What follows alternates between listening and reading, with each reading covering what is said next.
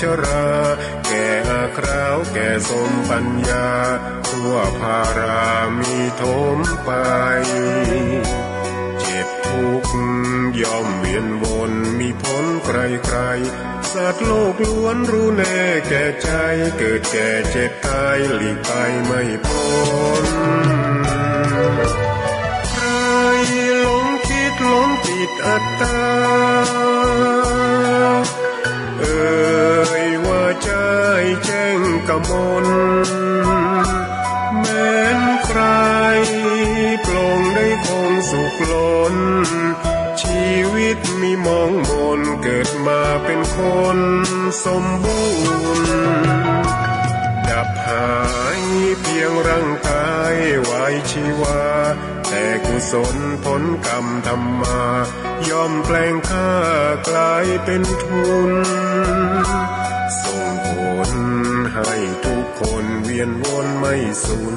สุขและทุกข์เป็นไปตามทุนที่พวกคุณได้ก่อทำมา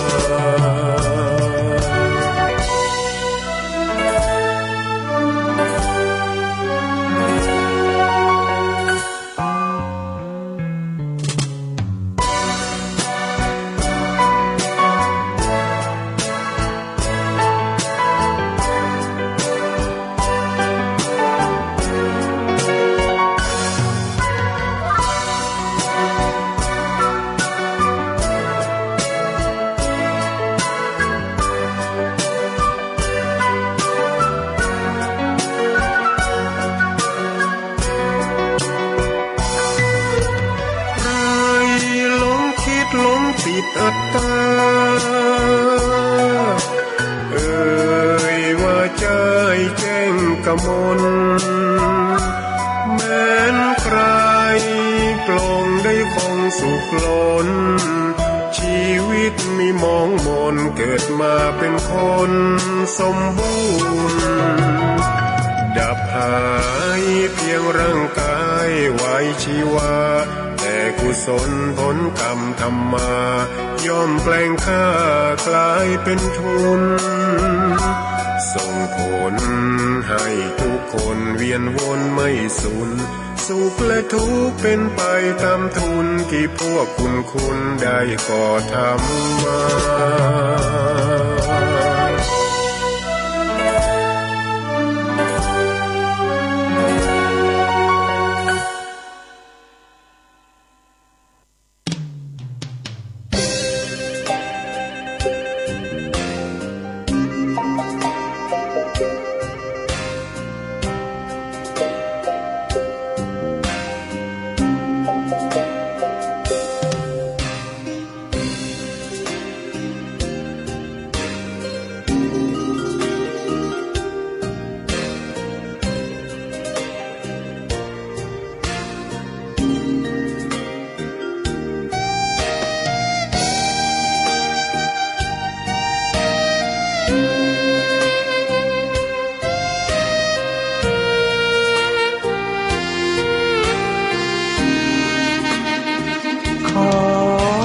ตำนาน1,300 กว่าปีแม่จามเทวีสร้างพระเจดีย์ที่วัดดอยน้อยพร้อมเจดีย์โค้งอีกองค์เคียงคู่อยู่ดอยสลับก้อนหินใหญ่น้อยร้อยเรียงน่าอัศจรรย์พระธาตุสีทองแงนมองฝูงพึ่งทำรังช่างมีมนต์ขลังพลังศักดิ์สิทธิ์บนนั้นกล่าวคำไหว้สากราบสักการะคนลุกคนชันสัมผัสถึงสายสัมพันธ์คงเป็นลูกหลานเคยร่วมสร้างบุญวัดดอยน้อยอยู่กลางยอดดอยโรยต่ออำเภอดอยหล่อเขตติดต่อป่าสางลำพูนเดินทางปลอดภัยจากเชียงใหม่หรือสายลำพูน ยินดีต้อนรับนักบุญมาร่วมสร้างทานบารมีตีสามตีสี่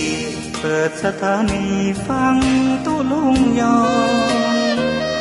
นักเทศเสียงทองชื่อเสียงดังก้องทั่วฟ้าธานีตัวจริงเสียงจริงวัดดอยน้อยแม่ตามเทวีต้อนรับญาติโยมที่มี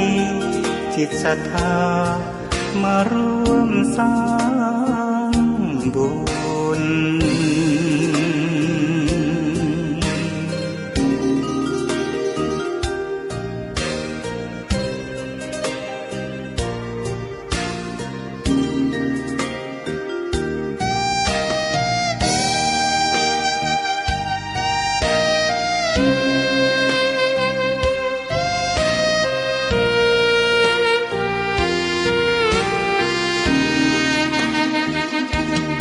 วัดดอยน้อ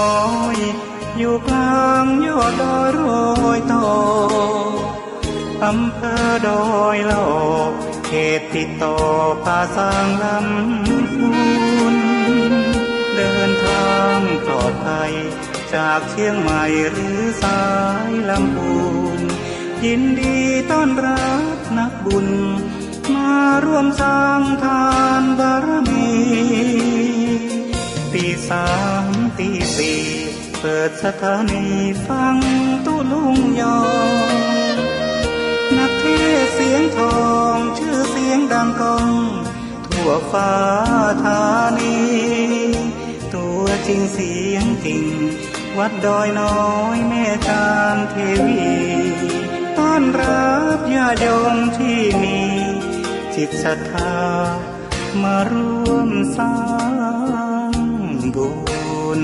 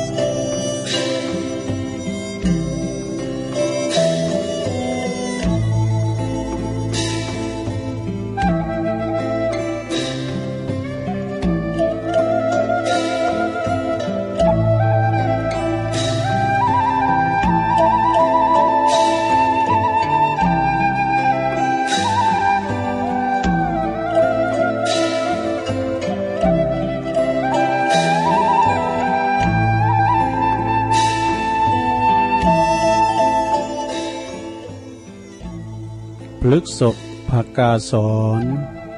อีกุญชรอันปลดปลงโททนเสน่งคงสำคัญหมายในกายมีนรชาติวางวายมาลายสิ้นทั้งอินทรีย์สถิตทั่วแต่ชั่วดีประดับไว้ในโลกา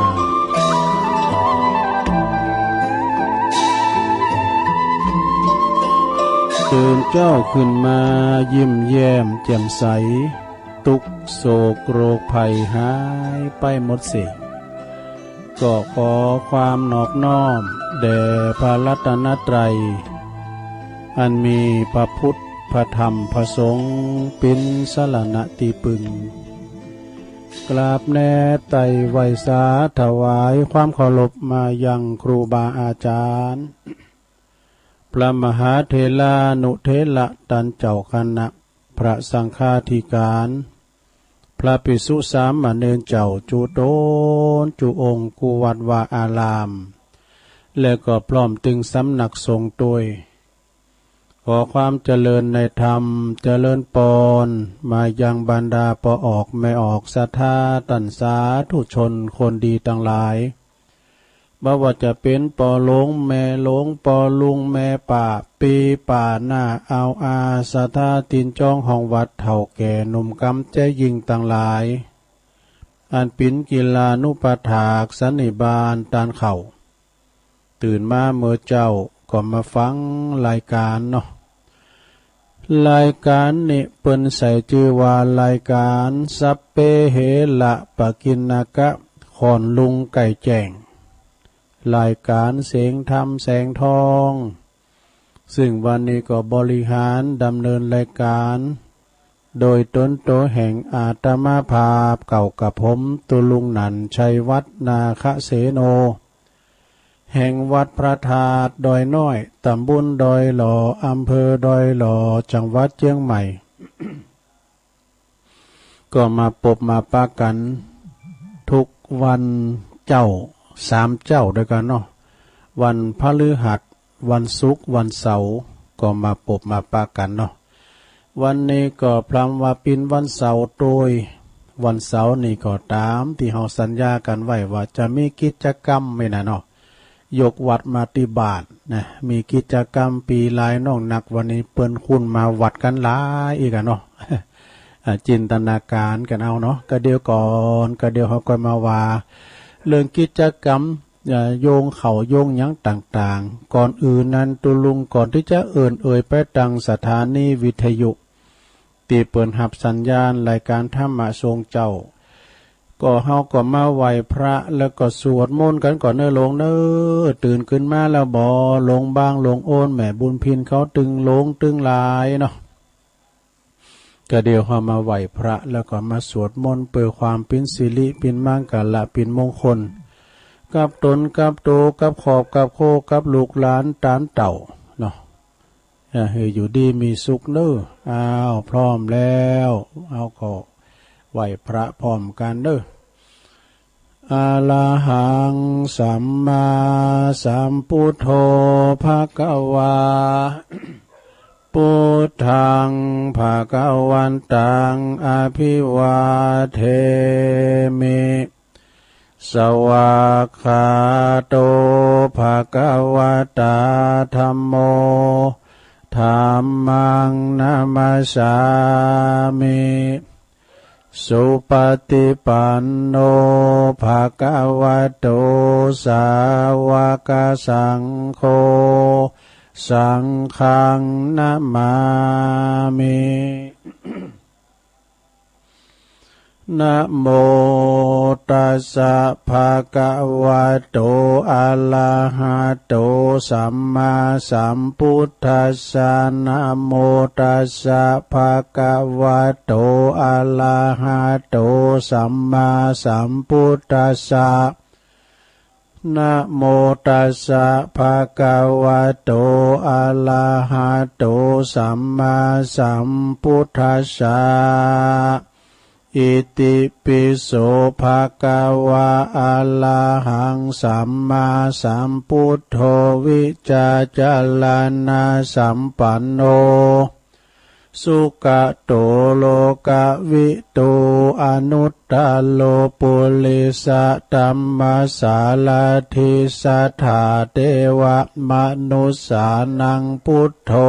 ภะคะวะติสวากขาโตภะคะวะตาธัมโมสันติติโกอากาลิโกเอหิปัสสิโกโอปันนยิโกปัจจตังเวติตาโปวินโยเหติ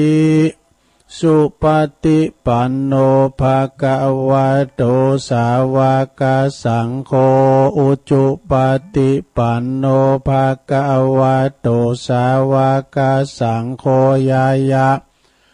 ปฏิปันโนภะคะวะโตสาวกสังโฆสามิจิปฏิปันโนภะคะวะโตสาวกสังโฆญาติตังจัตตาลิปุริสยุคาเนอัตถปุริสปุคคลาเอสะภะคะวะโตสาวกสังโฆอาหุนายโยป ปะโหนายโยทักขินายโยอัญจลิกาลนิโยอนุตตลังปุญญาเขตังโลกัสสาติจายันโตโพธิยามุเลสกายานังนันทิวัตโนเอวังตวังวิจัยโยโหหิจัยสุจัยมังคะเลอปาลาจิตตะปันลังเกสีเสปัทวิปุคะเลอภิเสเกสัพพพุทธานังอากาปโตปโมทัตติสุนักกตังสุมังกาลังสุปาภาตังสุโหติตังสุขันโนสุโมโหโตจะสุยิถังพลัมมาจาลิสุปัทขินังกายกัมมังวาจากัมมังปัทขินังปัทขินังมโนกัมมังปณิทิเตปัทขินาปัทขินานิกาตัวนะละพันตเถปัทขิเนสัพพิติโยวิวาจันตุสัพพะโลกโควินาศตุมาเตภวัตวันตะลายโยสุขีติกายุโกภวะอภิวาตนาสิลิสานิจังวุตตาปัจจายโนจัตตารโอธัมมาวัฏันติอายุวันโนสุขังปาลังเอาแล้วสัทธาญาติโยมทั้งหลายแต่มีเสียงแบกเก่าตั้งนอกตัวเนอะก็ได้ก็จะลิ่มมาห้องมันก็ใครออกวิทยุมันก็น่าจะกิ่มหมูนี่นะหันสองหางก็มีนะวันนั้นอ่ะมันได้มายองยือยู่หิมเนี่ยแล้วก็มาจ๊อกมันก็ใครออกวิทยุมันกันจะไอ้ตูนก็เห่าอยู่หันนั้นแล้วคืนหงบอกว่ามันเห่าสังน่ะเดี๋ยวเห่าไปแวดถาไปให้ของดีหอถ้าจะออกลาจะเปิ้นสอดก็ฮะเนาะมาตูนคนเดียวตัวเดียวนั่นน่ะอันหมามันจิ้มการ์ตูนแล้วก็เห่าแล้วโตเจอก็มันมีเป็นคืนเหมือนกันเนอะซ้ำคืนมันก็ดักวิทย์อ่ะ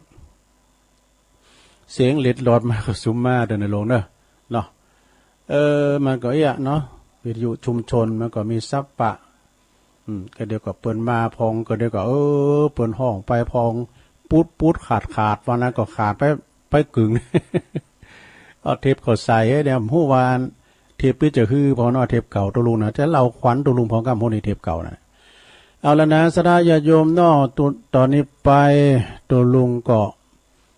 เดี๋ยวกันขอกุณผัดติตาไหลลัตนาผ่านแผ่วเนาะ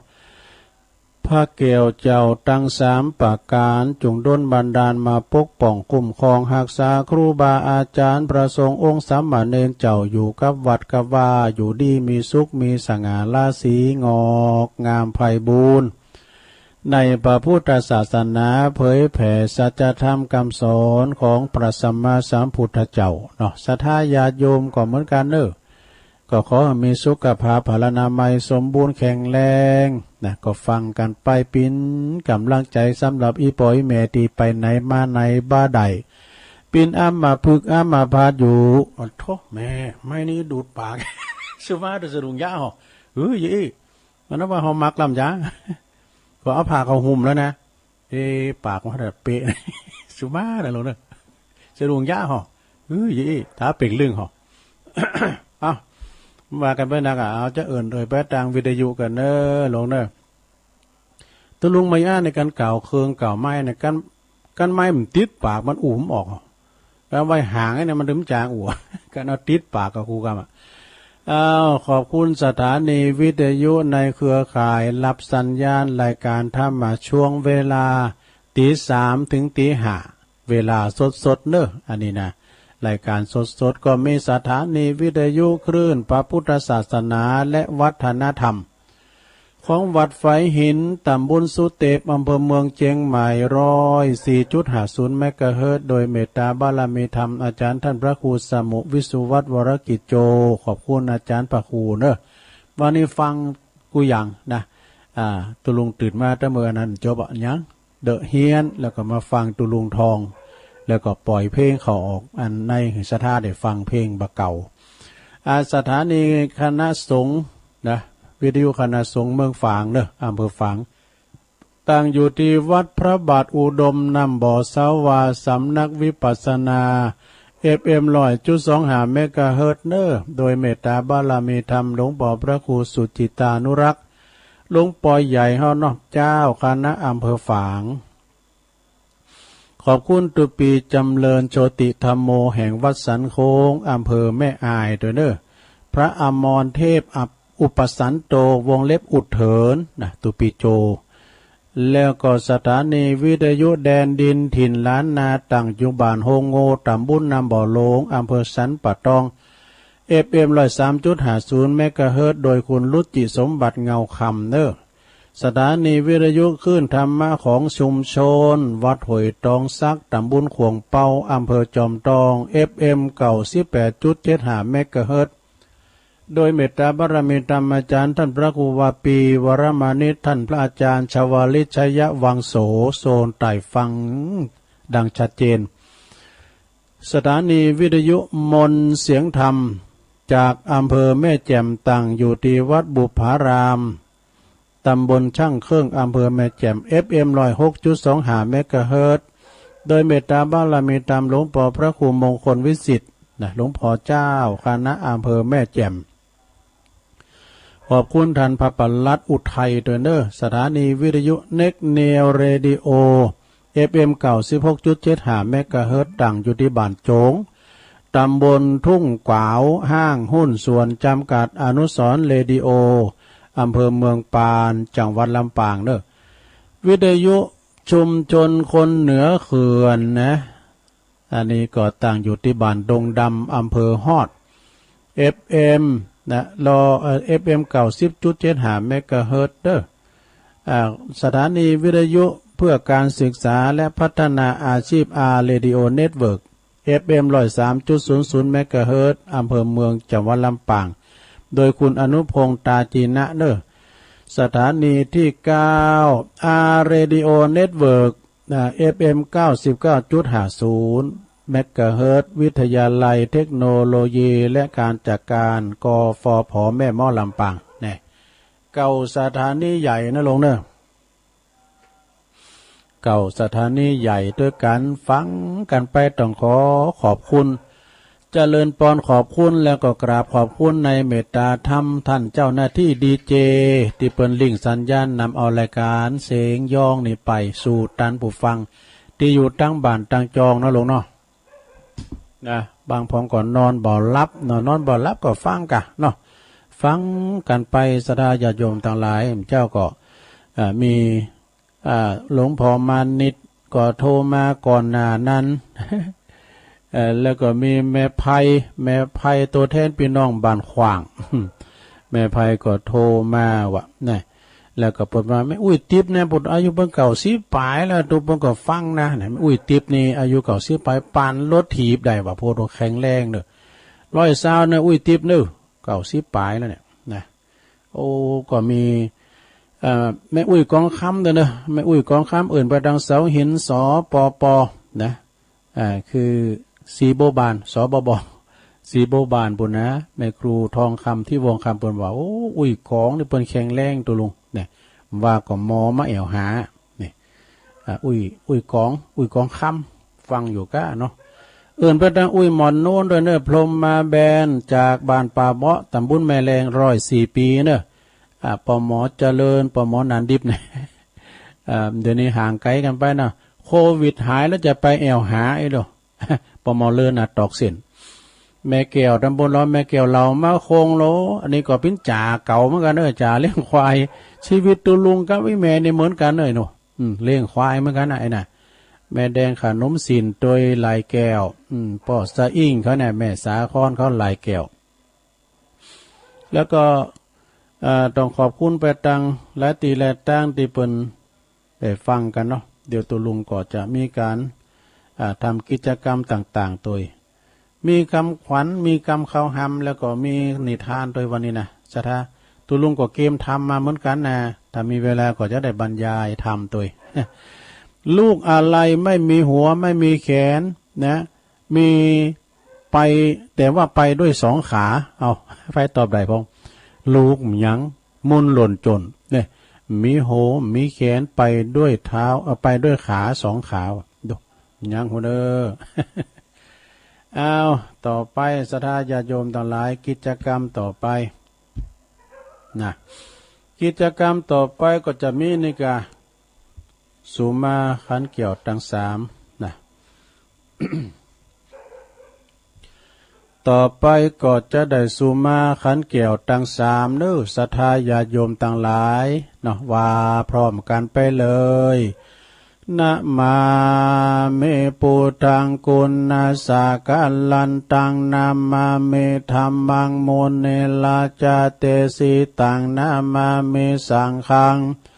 โมเนลาจาสาวกังอาจายโยโนปันเตอาชักกมายาธาปัลเลยาธามูลาเหยาธาอากุสเล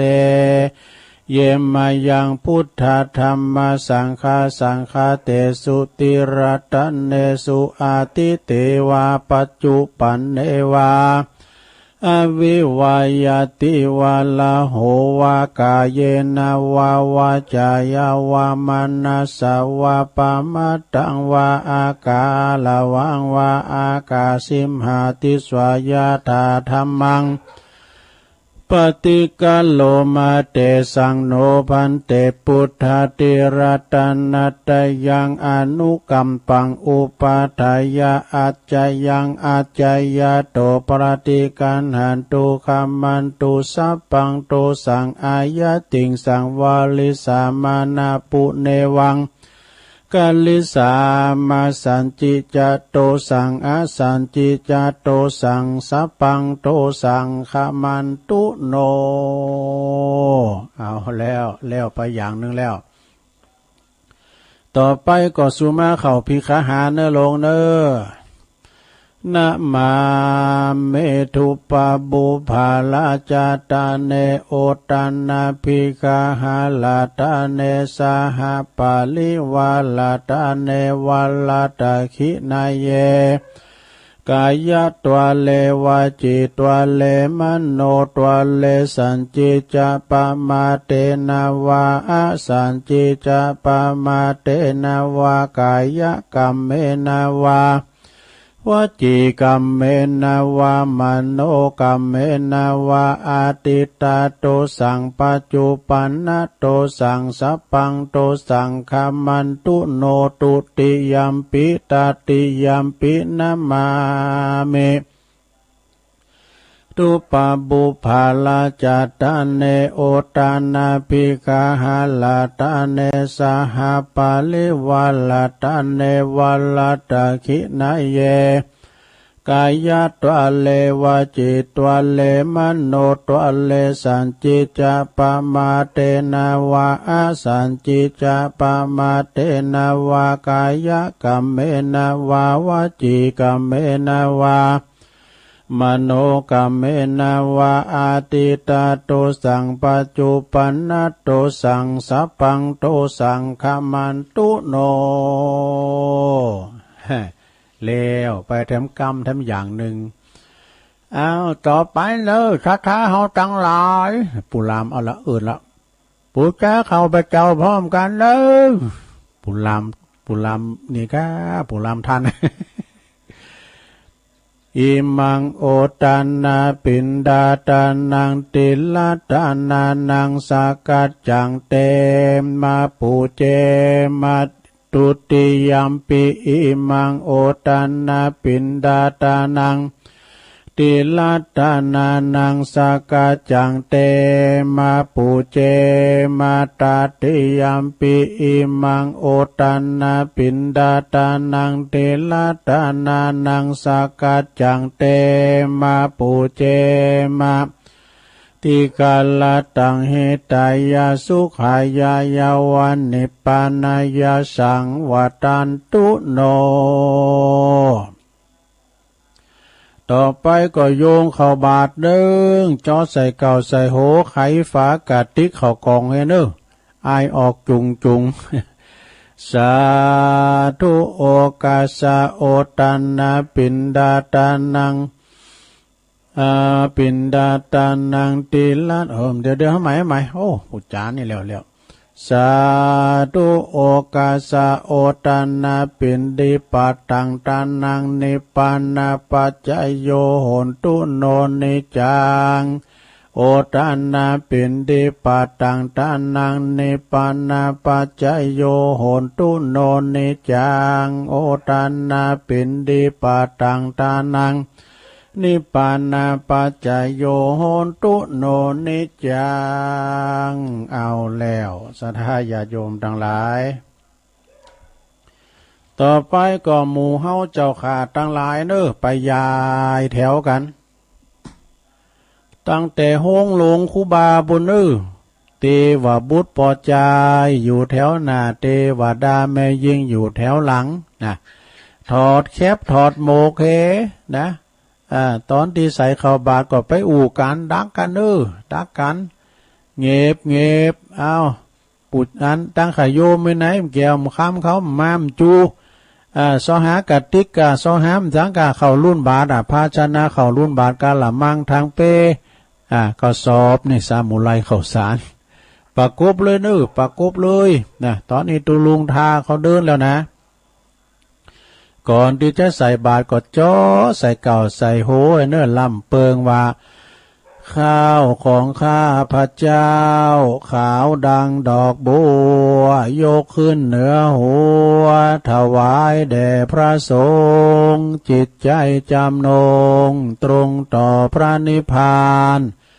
ขอให้ถึงเมืองแก้วขอให้แคล้วบ่วงมารขอให้ทันพระศาสนาพระศรีอานในอนาคตการโน้นเทินเอาละตุลุงทาเขามาก้อยยอกก้อยอย่างไปเสมือเล่นบาทสุขโหมะสุขโหมะไปใจโอ้เขารุ่นบาทมาเพี้ยตังโหเพี้ยถึงว่ากันเนี่ยเนาะเขารุ่นบาทประกบเลยสุขประกบเลยนี่สุขโหมะไปใจตอนนี้ก็ครูบาอาจารย์เนาะบินที่บาทมาแล้วก็เอาเข้ามาในศาลาวิหารแล้วครูบาอาจารย์เปิ้นนางอยู่แตนสังอาจทรงแล้ววันนี้ปีลายน้องนักได้รับเกียรติจากปุตโตแขกผู้มีเกียรติเปิ้นมาลายบ่ว่าจะเป็นท่านสจดูวันนี้สจก็มานะท่านนายกท่านรองนายกปกำนันรองกำนันดูรองกำนันแต่มีกะสารวัตรกำนันนี่เนาะปอหลงผู้จวยปอหลงยังมีผู้จวยนะกำนันยังมีก็มีตุมีไหนก็สารวัตรกำนันนี่ไงมี3-4คุณกันหรอกเนี่ยแล้วก็มีผู้จวยก็โอ้ท่านพอโฮงเฮนเขาก็มาเนี่ยผู้อำนวยการโฮงเฮนเขาก็มาปอน้อยปอนั้นปอจานลำวัดเอาละตอนนี้เขามากันให้ไปเดือดกันนางเงียบศรัทธาญาติโยมทั้งหลายนะเอาประครูหน่อยประครูโอนตอนนี้ก็ได้เวลาแล้วศรัทธาเฮาตั้งหลายเงียบนะครับเสียงมันใหญ่เหมือนประครู ต่อไปนี้เฮาก็ได้รับเกียรติจากท่านสจ.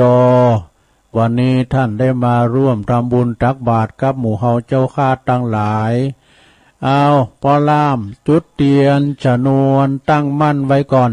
จะได้เจริญจะได้เล่นเจิญป่อสจ.ได้เป็นประธานจุดเทียนธูปบูชาพระรัตนตรัย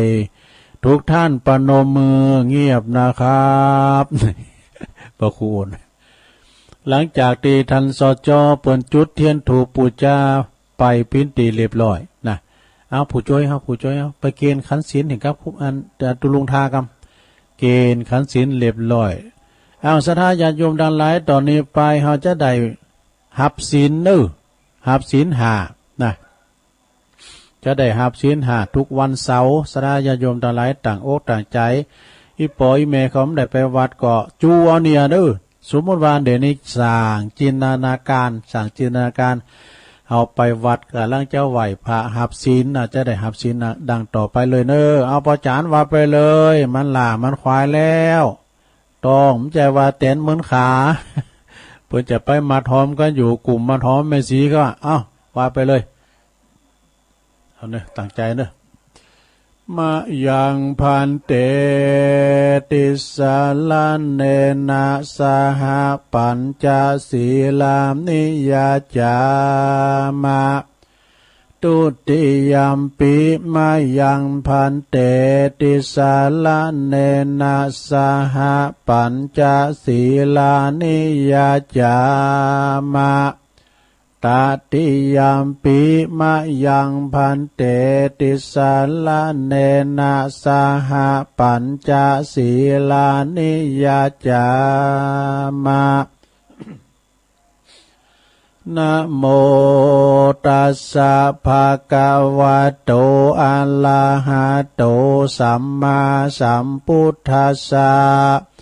นะโมตัสสะภะคะวะโตอะระหะโต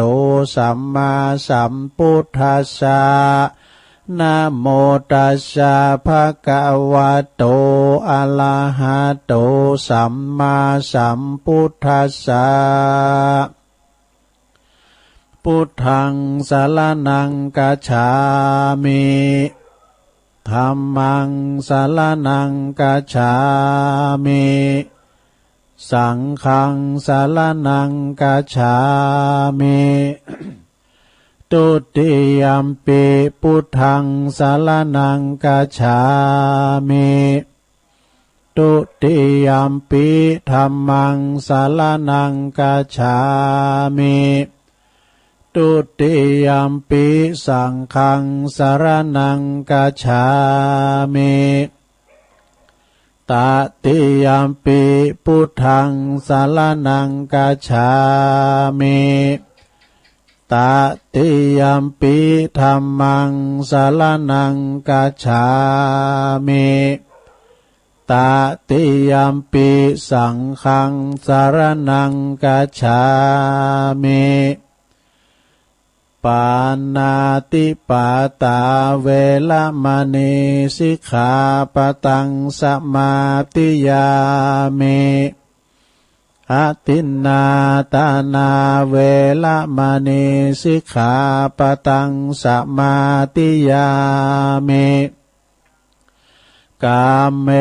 สุมิจฉาจาลาเวรมณีสิกขาปะตังสมาธิยามิมุสาวาทาเวรมณีสิกขาปะตังสมาธิยามิ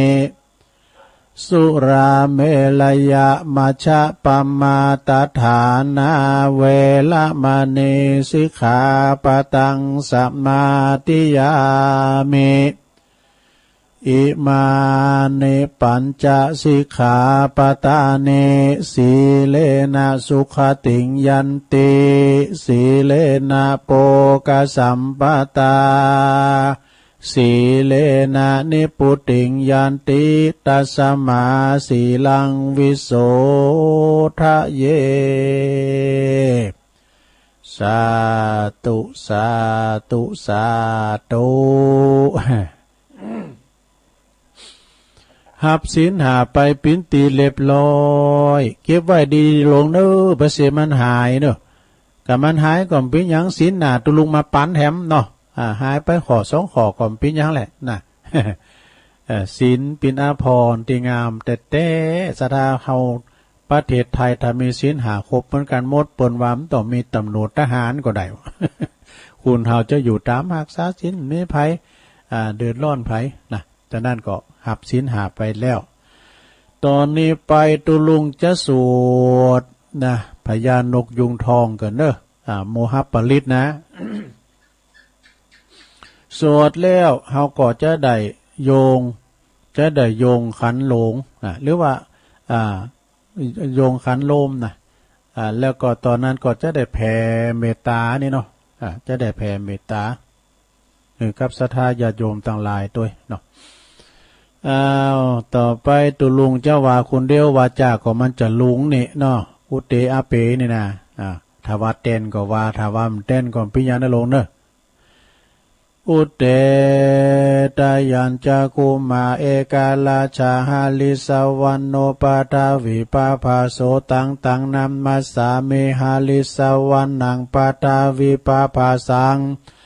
ตยัสสะกุตตาวิหาเลมุทิวาสังเยปรัมมานาเวตากุสัพพะธัมเมเตเมนะโมเตจามังปะลายันตุนะมาตุพุทธานังนะมาตุโพธิญาณโมวิมุตตานังนะโมวิมุตติยาอิมังโสปาริตังกัตถวโมโลจาลาติเอสะนาอเปตายัญจคุมาเอกาลาชาหาริสวันโนปาทาวิปาภาโสตังตังนามัสสามิหาลิสวันนังปรทาวิปาภาสังตยัสสะกุตตาวิหาเลมูลติงเยปลัมมานาเวตากุสัพพะธัมเมเตเมนะโมเตจามังปารายันตุนามาตุพุทธานังนามาตุโพธิยานะโมวิมุตตานังนะโมวิมุตติยาอิมังโสปาริตังกัตถวโมโรวัสสมะกปายิติโมลปาริตังเอาแล้วสัทธาญาติโยมทั้งหลาย แผ่เมตตาก็เดียวก่อนอันนี้เป็นการสวดอันนี้เนื้อสัทธาเนี่ยเปิ้นเรียกว่าสวดโมหปาริตคือว่าโสดพญานกยุงทองพญานกยุงทองในปุตโตทำให้เขี้ยวขาดปลอดภัยเนอะจะไปหาหรือจะไปแอวลานในป่าในดุงก็เปิ้นสวดเนี่ยโมหปาริตเนี่ยนะพญานกยุงทองเขี้ยวขาดปลอดภัยจนเจ็ดอันเจ็ดพามเนาะเจ็ดพานป่านี่เจ็ดโจโคดกันนะคุณแลก่อมได้จนตายไปคุณที่สองก่อมได้จนตายไปโอ้ก่อนนกตัวนั้นก็เท่าขนาดก็เจ็ดคุณเนี่ยก็ว่าอายุ60 ปีดูโอ้ตะหือแล้วเนี่ยนกพญานกยุงทองนี่ก็แก่นะแกจนคุณที่เจ็ดเนี่ยดูคุณที่เจ็ดเนี่ยเปิดเอานกแม่ไปรอดูเสียดอะเนาะอันนี้ก็ตามตีแม่น้อยกาดนัดเป็นเราฟังประวัติมันมีมาแล้วเนาะมีประวัติด้วยต่อไปสถาเปิดบ้านปิ้นการเสียเวลารายการตั้งหน้ายังรออยู่ตุลุงก็กะว่ามีพระนิทานบนนะมีพระธรรมณบัดนี้บนนะไหวกุลโลมกันนะลงเนอไหวกุลโลมสาธุกาแด่พระเดชตาไลลาตานาผ่านแปวผู้ค้าก็ขอยกมือ10 นิ้วขึ้นตั้งวางกิ้วไก่เก้าเกษาขอไว้สาอาราธนาไวยากุลพระปิตาสาวกุลพระมันดามี12กุลพระแม่โพศพมี39กุลพระพุทธเจ้ามี56กุลพระธรรมเจ้ามี38กุลพระสงฆ์เจ้ามี14กุลพระอาจารย์มี10กุลกรรมฐานมี8กุลไฟ6กุลลม7กุลนางแม่นางธรณี21กุลพระน้ำคงคามี12กุลอาคาละ33กุลศีล5มี11กุลศีล8มี12กุลศีล10มี21กุลจตุทัปปริทัสสุศีลมีอยู่27กุลอรหันตาคือมรรค4ผล4นิพพาน1รวมเป็น9กุลอาสาสะปัสสะสะนิวาสาวาอาสาคุณพระวิหาร84,000 หลังคุณพระมหาธาตุเจติยาเจ้า84,000 ดวงผู้ข้าก็ขออาราธนาคุณเจ้าทั้งหลายเหล่านี้จงได้มาเป็นสอยประดับสำหรับกายอันประเสริฐเมื่อข้าพระเจ้าทั้งหลายได้ดับจิตเสี่ยงชีวิตในสังขารปีใดเดือนใดวันใดยามใดคืนใดดังอันก็ดีก็ขออาราธนายังพระคุณเจ้าทั้งหลายจงมาเปิดประตูพระนิพพานคือเวียงแก้ว แก่ผู้ขาต่างหลายแด่เตินนิพพานาปัจจโยโหนตุโนนิจังนิพพานังปะละมังสุขังนี่จบลงไปศรัทธาญาติโยมอันนี้เป็นไหวกุลโลมเด้อโยมเด้อเป็นไหวกุลโลมนะเดี๋ยวกันเด้อ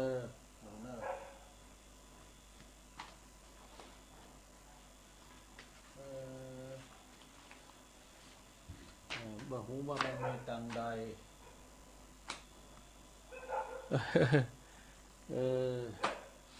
ตุลุงก็สอหากำแผ่เมตตาน่ะฮู้ว่าเอาไว้ที่ไหนมันหลายนะอย่างของวุ้งน่ะเลิกที่ไหนก็ต้องมีเพียงปื้นโตบ่ลงปื้นโตปื้นต่างไม่หมดแหละซัมเตอร์ก็มันสูญหายไปเอาหังตุลุงลิดก่อนเนาะเอาซบวาก่อนเอาซบวาก่อนได้แผ่เมตตาให้กับตัวเองสักคำนี่ตัวก็บทเก่านะมันหายไปไหนหัวหน้าเดี๋ยวเอานี่ก่อนนะ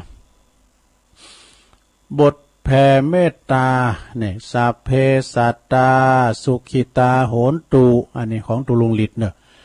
สัตว์ทั้งหลายที่เป็นเปิ่นเกิดแก่เจ็บตายเอาว่าไทยเนาะสัตว์ทั้งหลายที่เป็นเพื่อนทุกข์เกิดแก่เจ็บตายด้วยกันทั้งหมดทั้งสิ้นเอาเวลาโหนตุจงเป็นสุ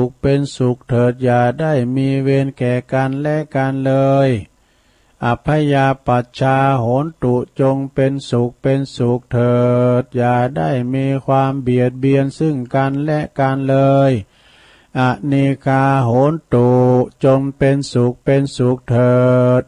อย่าได้มีความทุกข์กายทุกข์ใจเลยสุขีอัตตานังปาลิหะลันตุจงมีความสุขกายสุขใจรักษาตนให้พ้นจากทุกภัยทั้งหมดทั้งสิ้นเถิดและขอให้สรรพสัตว์ทั้งหลายจงได้รับกุศลผลบุญอันนี้ทุกท่วนหน้าตัวเทินเอาละเอาให้ได้อีกก่อนเนาะศรัทธาเนาะอันนี้ก็เอาให้ต่ออีกก่อนศรัทธาญาติโยมทั้งหลายเป็นการที่ว่าแผ่เมตตาเนาะ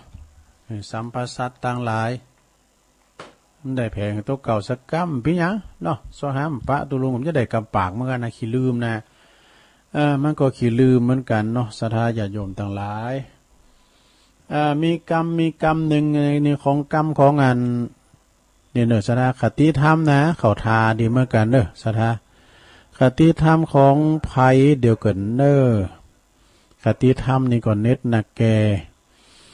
ก็เอาของปโลมมงคลมนชีพก่อนเนาะปโลมเปิ้นก็สูงมากเขาทามเหมือนกันเด้อเปิ้นบอกว่าคนทุกคนจนคนรวยคนมีคนดีคนให้ก็ตายหมดใหม่เป็นดินนี่แต่กันเนาะแม้แต่ตุภะตุนถลงศิลก็ยังมวยจีวินมรณะความหนาเนี่ยจะเอาอันยังปอลุงแม่ป่าแม่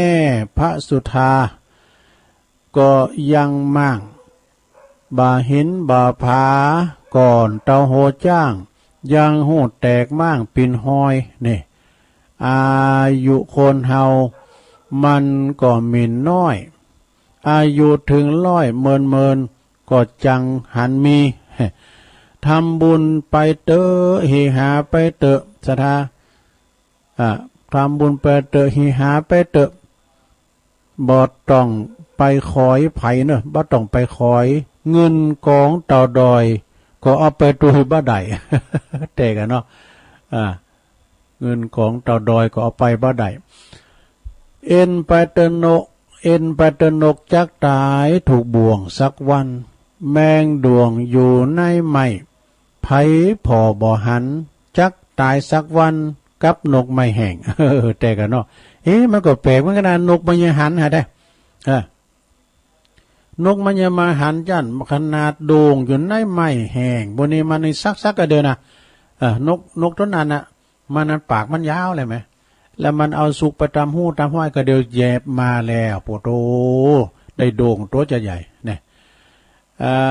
อันนี้ก็มีแฮมกัมหนึ่งเนาะศรัทธาเนาะเดี๋ยวกัน อันนี้นะศรัทธาญาติโยมทั้งหลายเดี๋ยวอันนี้ของแม่ทองคำพรหมมินทร์เฮาคุณเฮานี่นะศรัทธาญาติโยมจะไปเฮาชนะโตเก่าใดเป็นดีที่สุดซึกตีนไหนใหญ่ปานได้ก็ตามมันเดาซึกในใจถ้าเฮามีความโกรธความเกลียดนะค่าความโกรธใดนี่เป็นสุขเนอะค่าอะไรที่จะเป็นสุขเนี่ยถ้ามนุษย์เฮาคิดค่าความโกรธความเกลียดความพยาบาทความโลภและความหลงของตนเหือน้อยลงแล้วตนเองก็จะสงบสุขผู้อื่นก็จะสงบสุขไปตัวเนี่ยเปิ้นก็ว่าพระอริยสังฆเจ้าทั้งหลายจึงซักเสริญเยินยอการตีขาความโกรธนะความใจเห็นขี้ป๊อดนะรู้นะซึ่งมีรากปิดแต่มียอดมันหวานว่ะยอดมันหวานเนอะ ยอดมันหวานจะได้ลองฟังบ่เนอะที่ว่าหากมันปิดนั่นก็มียอดหวานนั้นอธิบายว่าความโกรธมันมีหากจากความหลงเนอะวงเล็บโมหะความบาปพอใจวงเล็บอารติแล้วก็ความงุดงิดลำคาญวงเล็บปฏิฆะสิ่งเหล่านี้ล้วนปิดแก่จิตใจทั้งสิ้นนี่มันปิดดูเอาขาได้มือถืออันนั้นก็ยอดหวานได้แล้วมันได้มาแล้วก็สุขใจแต่ว่าอย่างวานะกันเนาะเงินไทยเอาในกระเป๋าก็เสี่ยงไปนะหากมันปิดนะเงินเฮาก็เสี่ยงไปสนองกิเลสตัวเก่าเปิ้นมีก็ตัวมีกะเปิ้นมีวิกัวเฮาก็เอาฮีอันหยังก็อันลีโว มันล่ำกันเนี่ยเปิ้นว่าอย่าทำตัวตามสังคมความล่มจมจะมาถึงนี่นะแม้แต่ความโกรธนะแม่ตัวความโกรธเองก็ปิดแก่ร่างกายและก็จิตใจของผู้โกรธอย่างมากเนอะทำให้โรคหัวใจกำเริบนี่ทำให้ประสาทตึงเครียดทำให้กระเพาะและก็ลำไส้ทำงานผิดปกติจิตใจก็เล่าล่อนกระวนกระวายนี่กระวนกระวายในโลกเนอะอยากทำลายของเนี่ยอยากจะทำลายของทำลายคุณเมื่อใดทำลายแล้วก็ความโกรธนั้นก็จะสงบลงเพราะมีได้ระบายความห้อนภายในออกแล้วก็สบายใจขึ้นเหมือนกับน้ำเดือดนะน้ำเดือดที่มีช่องระบายหลวงอันนี้ช่องระบายพอแล้วหมอหูเข่านะหลวงนะฟ้ามันเป็นจี้หูไว้ด้วยเป็นจี้หูไว้หน่อยมันมีช่องระบายก็ระเบิดนี้ลองพอล่อลงอันพออันหมอหูเข่าไฟฟ้าเพื่อจะจี้หูไว้หน่อยนะถ้ามันมีหูระบายมันจะระเบิดกะเนาะอาการอย่างนี้แหละเรียกว่ายอดหวานวงเล็บมัทุรักขะในแต่ในที่สุดก่อนนำไปสู่ทุกข์อีกแล้วก็จะเป็นทุกข์ตียิ่งใหญ่เนี่ยเหมือนกับเขาดื่มน้ำนะเหมือนกับคนเขาดื่มน้ำหวานที่ผสมด้วยยาพิษที่แรกมันก็หวานอยู่ดีหรอกนะหวานเข่าปอยาพิษมันออกฤทธิ์เท่านั้นเองก็ทำให้หันโตดของยาพิษว่ามีอย่างใดต้องโศกเศร้าเสียใจไปตลอดชีวิตก็มีนะยาพิษการทำอย่างลงไปเพราะความโกรธนั้นเป็นการทำลายตนเองเนอะแล้วก็ทำลายผู้อื่นมีความทุกข์ความโศกเป็นผลเนอะ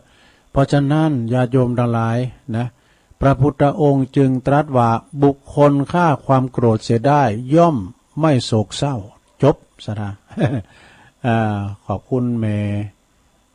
ม่ทองคำพรหมมินทร์เป็นสูงมากเนาะเขาถามเหมือนกันเนอะเขาถามเหมือนกัน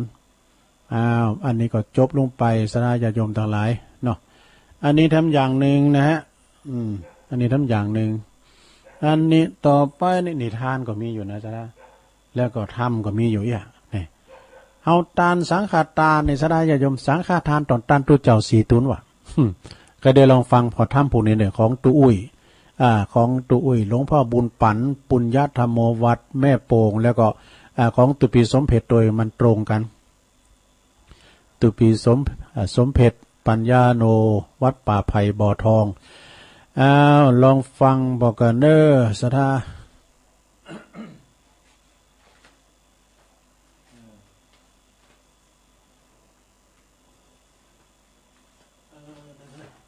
ไปละตุลุงก็งุมซ้ำๆไปซอพอนะสำเตตุลุงผมจะได้กำปากนะเดี๋ยวตุลุงจะร้องอาราธนาธรรมกันเด้อทำไทยนะนี่นะทำไทยนะทำไทยเปิ้นว่าจะเฮ็ดลุงเอาพ่ออาจารย์น่ะเป็นไทยบ่เนาะพ่ออาจารย์หนาน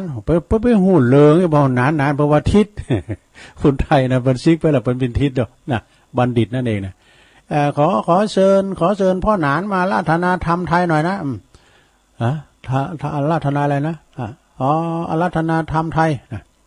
เอาละพ่อจานไทยมาละพระมาจโลกาธิปัสเดี๋ยวเอาใหม่โอ้ผู้จานเนี่ยมันเข้าทางกันเดี๋ยวพรหมาจโลกาธิปติสหัมปติกัดอัญชลีอธิวรังอายาจาธาสันติทะสตาปรัชขะชาติกาเทเสตุธรรมังอนุกัมปิมังปัจฉังอาราธนังกะโลมาโอ้อันนี้ผสมผสานกันเอาละเนอสถาตุลุงเจ้าว่าทำไทยกันเนี่ยมันยาวนะฟังไปก่อนรับไปนะลงเด้อแต่ด้านเรานิทานมันอยู่นะนะโมตัสสะภะคะวะโตอะระหะโตสัมมาสัมพุทธัสสะนะโมตัสสะภะคะวะโตอะระหะโตสัมมาสัมพุทธัสสะนะโมตัสสะภะคะวะโตอะระหะโตสัมมาสัมพุทธัสสะปุญญานิปัลโลกัสสมิงปฏิฐาโหนติปานินังตี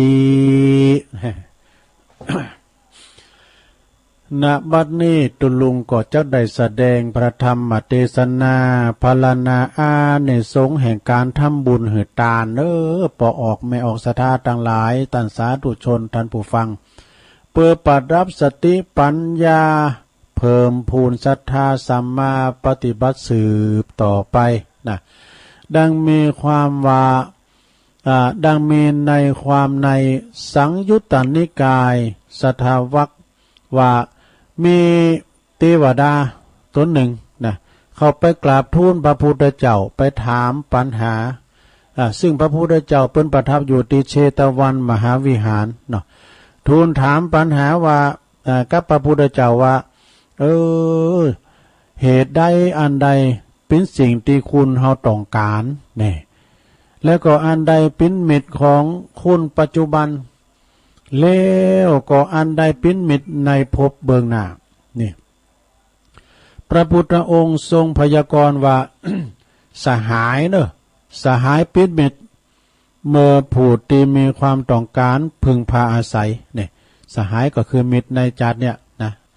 แล้วก็บุญกุศลทั้งหลายที่เฮาทำแล้วบุญนั้นก็ยอมจะไปเป็นมิตรเฮา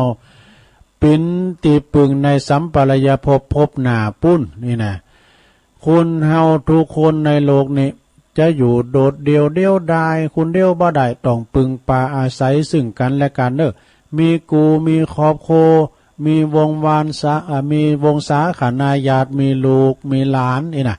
มีมิตรเกี่ยวสหายค้ำมีโภกมีปืนโฮมการโฮมงานนี่ช่วยเหลือเกื้อกูลซึ่งกันและกันไป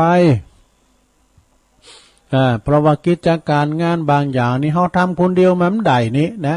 อย่าว่าอย่าย้ายเต้นเนาะเต้นมันมี6ขากันต้อง6คู่น่ะเนาะตุลุงก็เคยย้ายด้วยเขารู้กันมันขาดไปคุณลักด้วยบ้านนี้อย่างว่าคุณอาศัยคุณซื้อคุณขายเนี่ยคุณขายก็อาศัยคุณซื้อปอกาแม่ขายเพิ่นก็อาศัยคุณซื้อก็อาศัยคุณขายวันนี้รถแป้มมาได้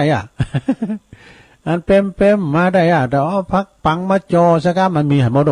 พักกาดมาจอซะครับแล้วตำน้ำพริกตัวดินได้ไงน่ะ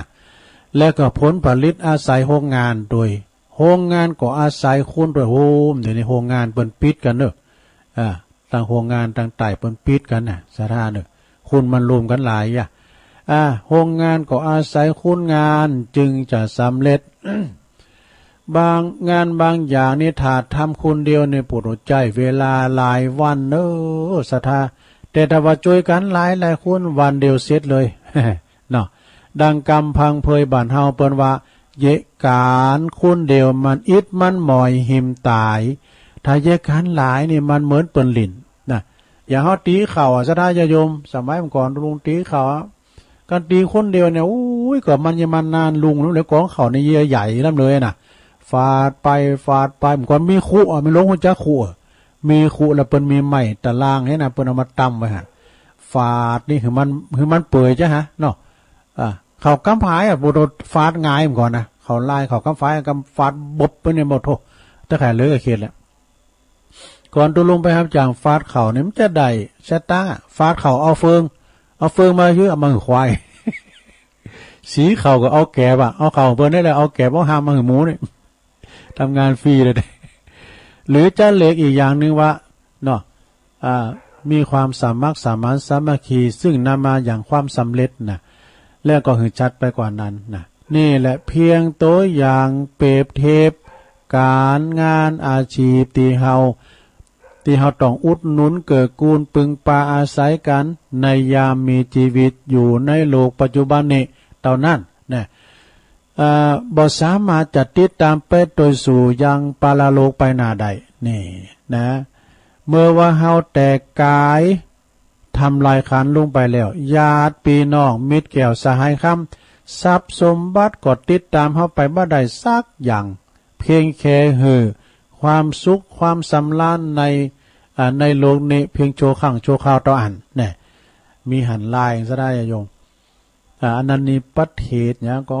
น่ะลืมไปละประเทศที่บริลบอนเก่งๆนะประเทศอยู่นะอันนั้นมหาเศรษฐีตายเศรษฐีเปิ้นตายโอ้ปรากฏว่าปรากฏว่าเปิ้นรถเบนซ์เปิ้นเอารถแมคโครพูดฟังถึงรถเบนซ์ว่าบ่รู้เนาะอันนี้จะต้องปัดภาคจากสิ่งนั้นไปโมสถาญาโยมเอาไปโดยไม่ได้สักอย่างเนาะวันนั้นตุลุงไปว่ากรเนาะว่ากรที่ปุ่นนะเปิ้นว่าอันชีวิตคนเราก็เท่านี้พอเป็นผีกายเก่าก็เน่าเหม็นนอนยาวเหยียดไม่อาทรหนาวร้อนเย็นถูกจับเข็นใส่ไฟไหม้ลุกรวมลันเมื่อยามมามือเปล่ามาเท่าไรเมื่อยามไปก็มือเปล่าไปเท่านั้นมีอะไรเพียงนิดตามติดพลันทุกสิ่งอันเลิกเกี่ยวไปเดียวดายเหลือแต่เท่ากองกระดูกให้ลูกหลานชื่อแท้จานจำจดกำหนดหมายเพียงดีชั่วเท่านั้นนับพันกายแม้นชีวายติดตามเห็นดังเช่นเงาเนาะบางพองเนี่ยปุโรใหญ่โตโดโบโรพินนักเลงใหญ่โตใหญ่เท่าไรก็เล็กกว่าโลงเหมือนเพลงเจเจเปิ้นว่าอันชีวิตคนเราก็เท่านี้พอเป็นผีก็ลงอย่าสงสัยถึงใหญ่โตคับฟ้าสักเพียงใดก็ไม่ใหญ่ไปกว่าโลงเมื่อลงนอนจับพอดีกว่างศอกยาวานนะคือเนาะอันนี้นอกเรื่องนะสิ่งที่จะปิ้นมิดปิ้นเปินไปกำจูปิ้นแก่นปิ้นผลดลบันดาลหือเฮาได้รับ ความสุขสำราญในปรโลกอย่างแท้จริงก็คือบุญนิธิหรือว่าคุมบุญเนี่ยสระเนาะบุญที่เขาทำเนี่ยนะมันจะติดตามลามด้วยเขาไปในภพหน้าที่เขาสั่งไว้ในโลกนี้นะก็จะติดตามไปเหตุนั้นพระพุทธเจ้าจึงตรัสแก่เทวดาว่าความบุญตั้งหลายเนี่ยที่ตนทำเองบุญนั้นก็จักได้ไปปิ้นเปินในสัมปรายภพเบื้องหน้าบุญปิ้นเครื่องชำระจิตใจจิตสันดานนะคือบริสุทธิ์ดีงามมีอโลภะบโลภอโทสะบโกรธอโมหะบหลงเนี่ยเป็นสมมติฐานสิ่งรับรองบุญนั้นเกิดจากไตรทวารคือต่างกายต่างวาจาและก็ต่างใจนี่เมื่อว่าโดยประเภทละมี3อย่างหนึ่งคือตานามัยบุญสำเร็จโดยการหือตาในโลกเนอะแล้วก็ศีลไมยบุญสำเร็จโดยการรักษาศีลภาวนาไมยบุญสำเร็จโดยการเจริญเมตตาภาวนาเนี่ย บุญสำเร็จโดยการเหือดทานก็คือเสสละว่าขจัดความโลภกำจัดมัจฉริยะแปลว่าความทนีความหันแก่โตทานนั้นก็เปิ้นมีอานิสงส์อันยิ่งใหญ่ไพศาลจะต้องนะเปิ้นว่าทานนั้นจะได้ผลอานิสงส์อันยิ่งใหญ่ไพศาลก็จะต้องถึงพร้อมโดยสมบัติ3ประการเนี่ยคือเจตนานะสมบัติถึงพร้อมโดยเจตนาได้แก่ก่อนที่หือทานมีจิตใจผ่องใสเนอะมีจิตใจผ่องใสกำลังทานนั้นก็คือมีจิตใจยินดีอ่อนน้อมเอิบอิ่มนะมีความปีติเบิกบานแล้วก็หลังจากนั้นหือทานแล้วนะก็บ่ขาดแคลวกินแหนงอกกินแหนงใจคลางแคลงใจวัตถุสมบัติที่หือทานถึงก็โดยวัตถุที่ว่าของนั้นมาโดยความบริสุทธิ์บ่ลักบ่ขโมยไปมากินมาทานบ่มีสุจริตบ่มีทุจริตนะคือเป็นสุจริตบ่ผิดศีลบ่ผิดธรรมปฏิฆาหกคือตุเจ้าที่เปิ้นมาหับนั้นก็เป็นผู้ที่ว่าเป็นปฏิบัติดีปฏิบัติชอบเรียกว่าเนอนาบุญนะอนุเคราะห์สงเคราะห์ปูจาปูจาผู้สมควรสงเคราะห์นะโอ้หลายอยู่นะหลวงเนี่ยเดี๋ยวการถวายทานเนี่ยก็มีการแยกประเภทเหมือนกันด้วยเช่นทานทานเจาะจงนะรูปนั้นรูปนี้เนาะเดี๋ยวหลวงวันนี้หลวงพ่ออยู่ลาบมาจัดขุมเลยโอ้หลวงพ่อปนไปประชุมบนนานเนาะปิกไปกันโน่แต่ที่นี่มีเลยวาลินได้นะผมมาว่าเดี๋ยวมันไปสูงเข่าเหรออันนี้หมายความว่าทานเจาะจงเนาะแล้วก็ออกจือออกน้ำเรียกว่าบุคลิกทานเนี่ยทานเฉพาะบุคคลเฉพาะตนเนี่ยอย่างเฮาเนี่ยกันไปกรุงเทพเนี่ยไม่ได้กินอย่างโทคุณงามเนี่ยบิณฑบาตผมจะได้นะคุณงามนี่นะแล้วก็สายไผ่สายมันกำใจสายเฮานะเราดุ่มแล้วไปกุมเราปวดโหเพิ่นเริ่มใส่แล้วถ้าว่าจะใส่เพิ่นใส่ขาประจำเพิ่นน่ะเนาะ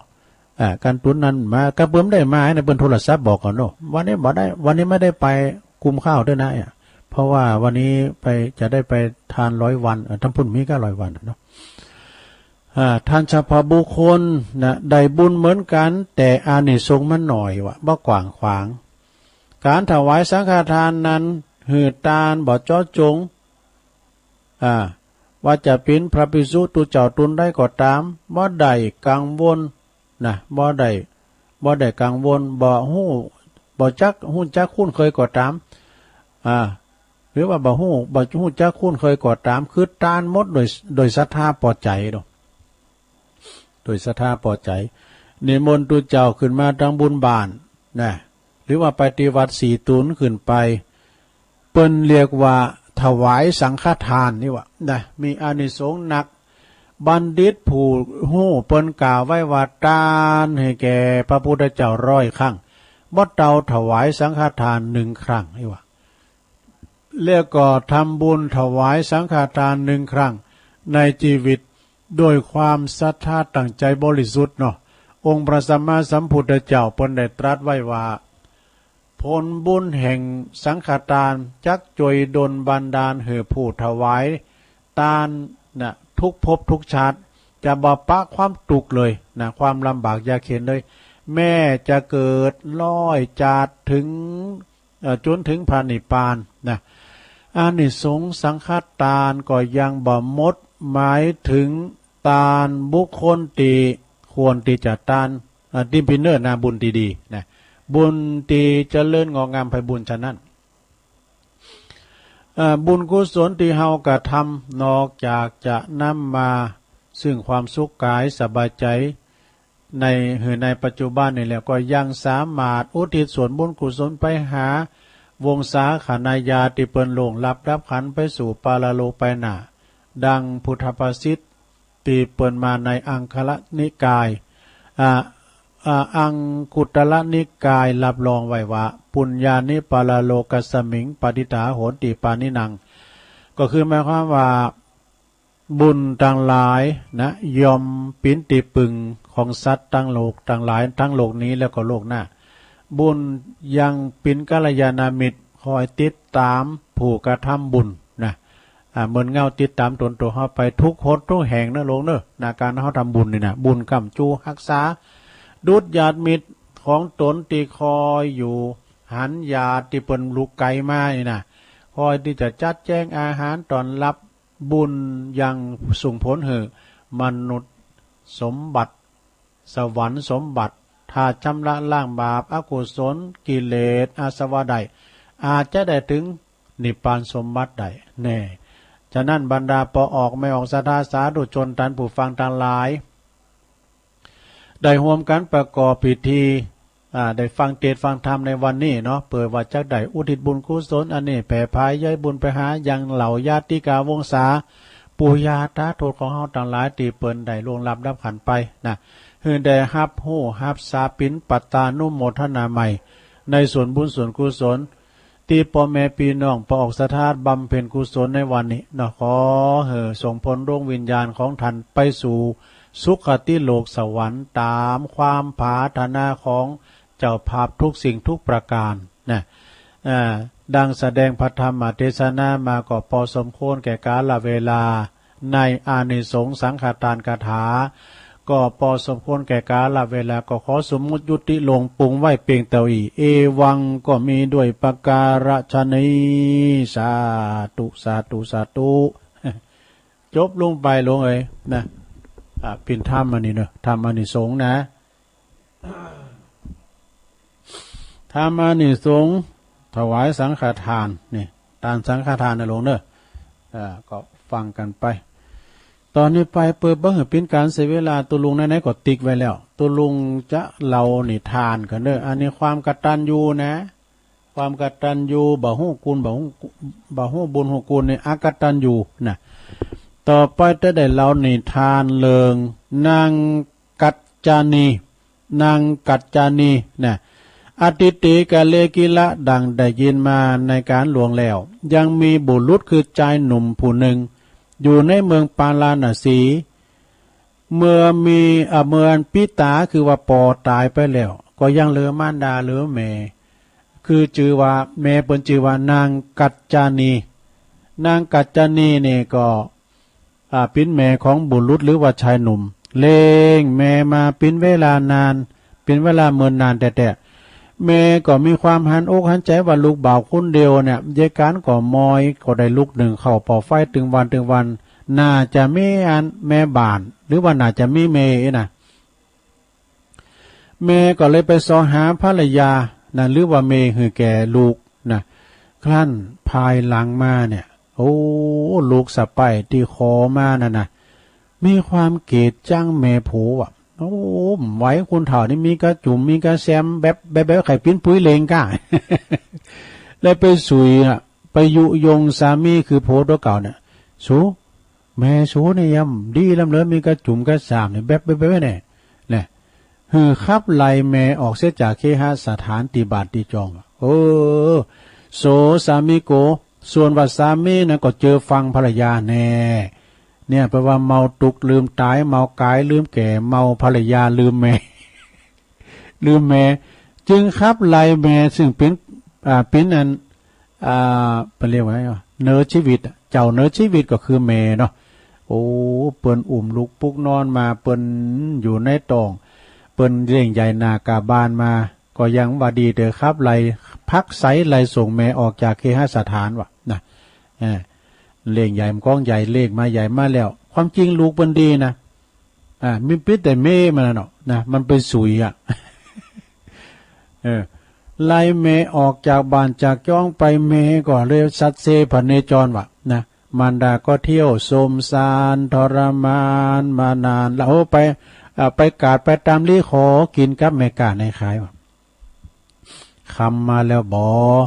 คำมาแล้วก็ไปขออาศัยอยู่เฮิรนหลังหนึ่งนะลุงม่ามเจ้าก็เดินสันติเดินเที่ยวไปแถมเที่ยวไปกอดเลือดได้ก็ฮับจางอ่างบายแลกซื้อแลกินข้าวไปเติมมืออย่างอีเป็นนิดนะแล้วการไปเยการเปิ้นไปล่างถ้วยล่างจอนเปิ้นก็ปานอาหารให้กินพองนี่กะหญิงสะใภ้ขั้นว่าโ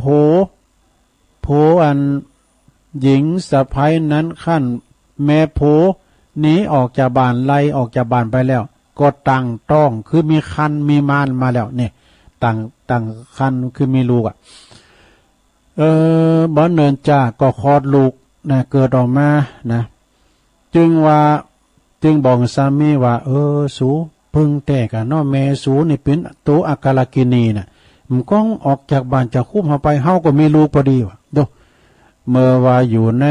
เฮินเฮานี่เฮาก็บ่สามารถจะมีบุตรถูกแล้วที่โตไหลเปิ้นออกไปนะไอ้ดอกสา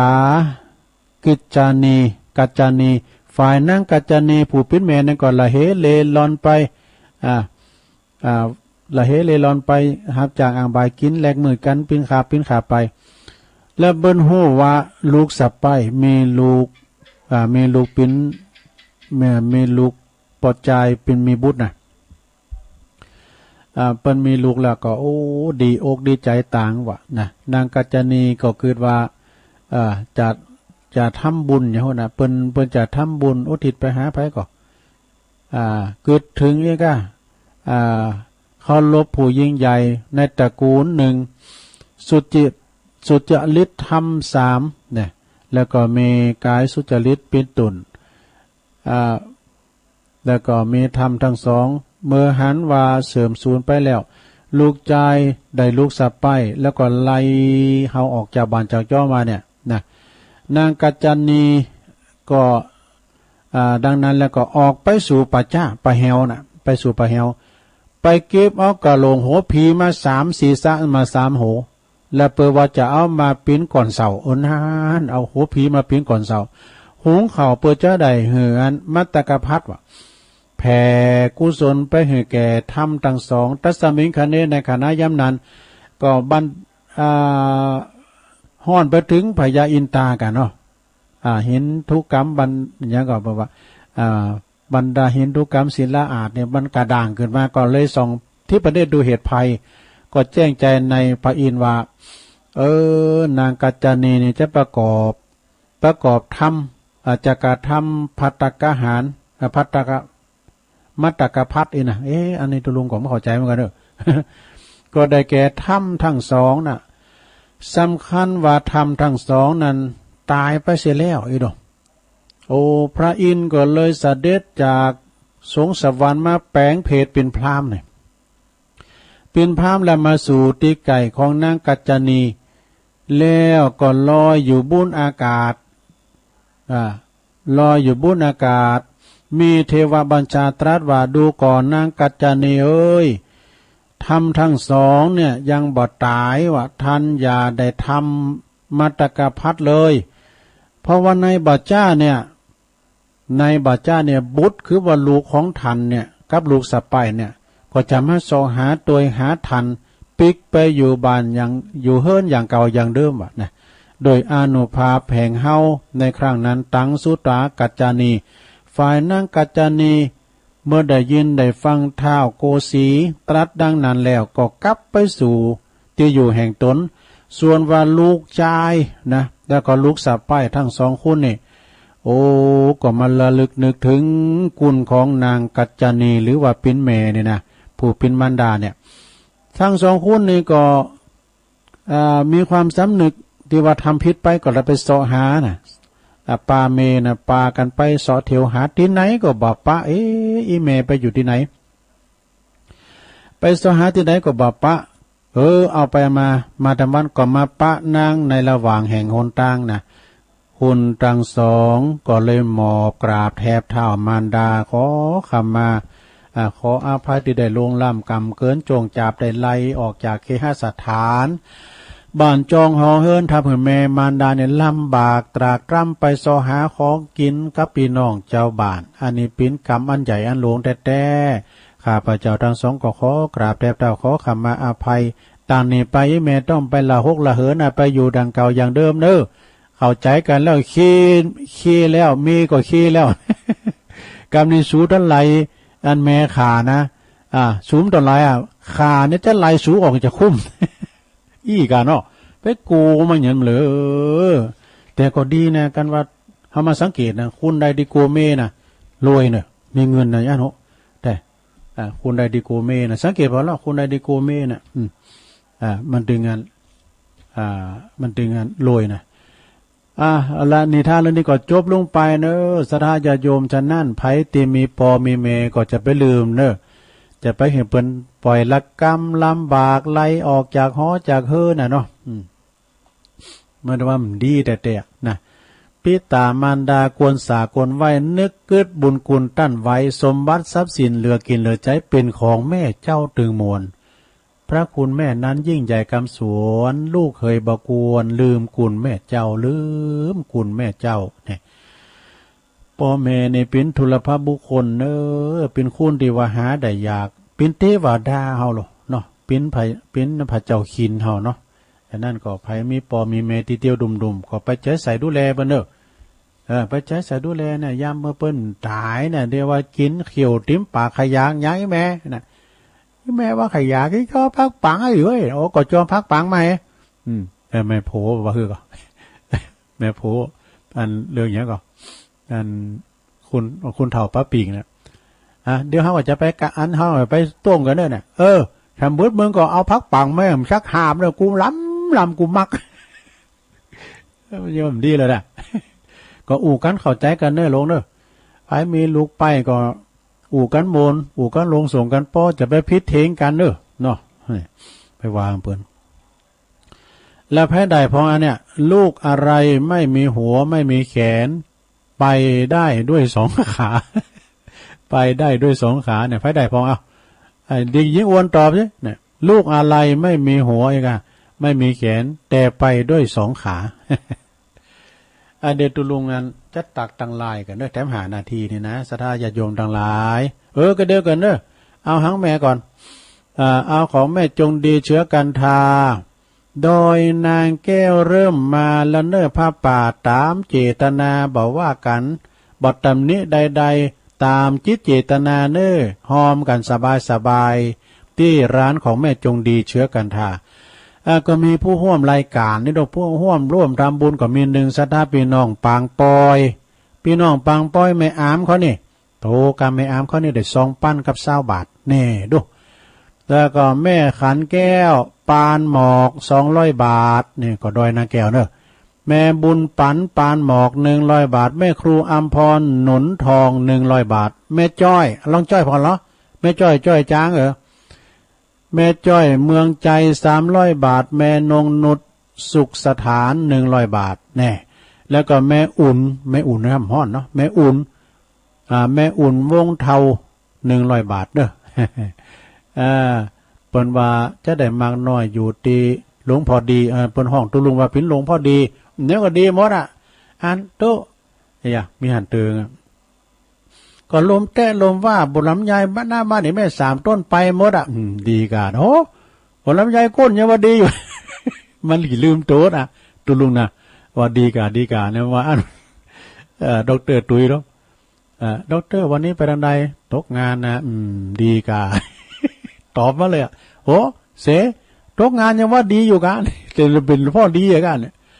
กระเบื้องดินเผาวัดห้วยโถงเนอวัดห้วยโถงนำบ่อหลงก็ติดต่อใดเนอที่แม่จงดี